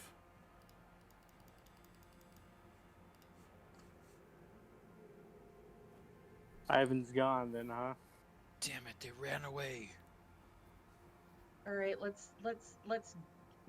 drag this dire wolf and drag Marzen's ass back to the fire and see if there's any of our stuff or anybody else left over there. And we'll get this thing skinned and set up a hut. Let's go. So you're gonna try to drag the wolf back? Drag Yeah. the wolf and Marzen, I'm thinking, needs a little help. I'm not sure if he can walk or not. No, I'm good. I'm still walking. Okay. All right. Well then, come on. Yeah, I was Grab the wolf. trying to save Ivan. Yeah. Yeah. Well, yeah, he's gone, man. I'm sorry. It'll take some effort. It's gonna take a long time to drag this wolf back. It's a huge wolf. I mean, you can do it. It's just gonna take some time.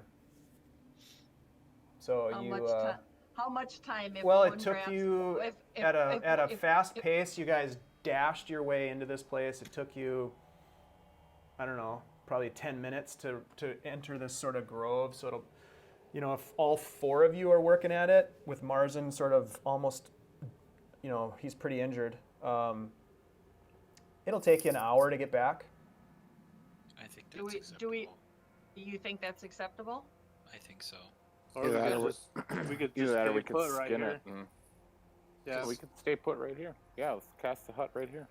that's what Well, I'm thinking. our stuff is over by the other fire. That's what I'm trying to tell you guys. We ran Well- after you. We could stay here until you guys could go grab our stuff. I'll go. Stan, you want to go with me? And there's And also we'll- another guy back at the fire, Stragobor. Yeah, strike we it don't out. know what he's doing. We don't know this guy, so I'm not going by myself. No. Yeah, I don't think we should split up unless we have the safety of the hut. Could skin the wolf quicker than an hour. We want the meat from the wolf. Do we need the meat from the wolf? I think it'd be Skin smart. it, grab the hide, and go back to the hut. We have to tell Stregabar what happened. Yeah, Yeah. let's go. We do, Alright. but I don't think we should leave this whole wolf here. All right. So how much time was it going to take us to kind of break this thing down and get it out of there if all of us are working at it? Dave, I'm getting better and better at skinning wolves all the time. Or yeah, could somebody assist him? And Yeah, give Stan, him you some can roll a advantage? survival check with advantage if they're helping you. Advantage, survival. That's what I got. Yeah, it takes a long time. It takes about an hour and a half to skin it, and then to cut it up into chunks that are small enough to carry individually, and you each have. But one of you has to carry the hide, and then each of three of you have to carry, 1/4 of it, and it's pretty heavy. So it's going to take you about 2 hours by the time you get back to the camp. But you make it back, and as you do, it's sort of coming to the end of the night. There's just a little glimmer of sunshine or of light in the horizon, and when you make it back to camp, Stregobor is gone. Ah, shit. His stuff is still there, but he's nowhere to be found. Oh, that's not good. I'll cast the hut and Are there any beast tracks? Like maybe he got taken? Roll a survival check to Yeah. look for some tracks. Good question. And Corben, Right. I'm not good at these. it's all right. Come on. Ugh. You're getting better, and it's pretty easy because there's pretty fresh snowfall. You do see wolf tracks, what you've come to sort of recognize now as wolf tracks, right through Are camp. Are they of the two-legged variety? It's hard for you to tell.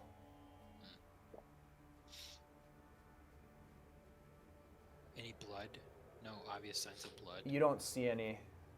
Okay. It's really hard. You're not a tracker, so it's hard for you to Yeah. really tell. But you definitely pick out. You're like, hey, check it out, wolf tracks. You guys have made it back to the camp. You've got 3/4 of a wolf and a wolf pelt, and the dim glow of the sun is just coming up over the horizon. Marzen gets to work quickly to cast the Leomund's tiny hut, and you find yourself enshrouded in this mystical protective energy. After a very unrestful night, you finally settle in to take your long rest. And we'll end there for the night.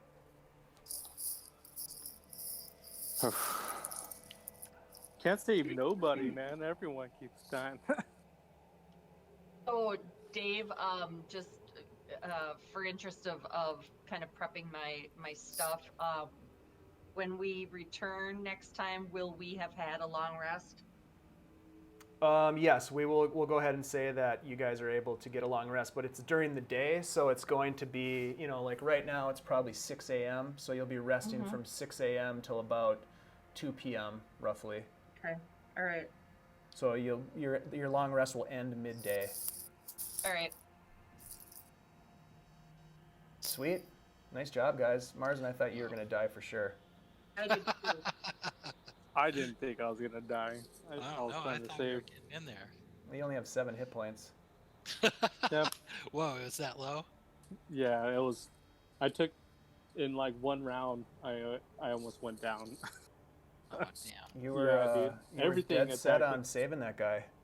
Yeah. Well, I was hoping. Well, once he gets bit by the vampires, or by the werewolf, he's pretty much gone, right? He was getting ripped apart. I don't Yeah, know he if was getting bit. eaten. They weren't trying to. It didn't seem like they were trying to transform him. They were using him as food.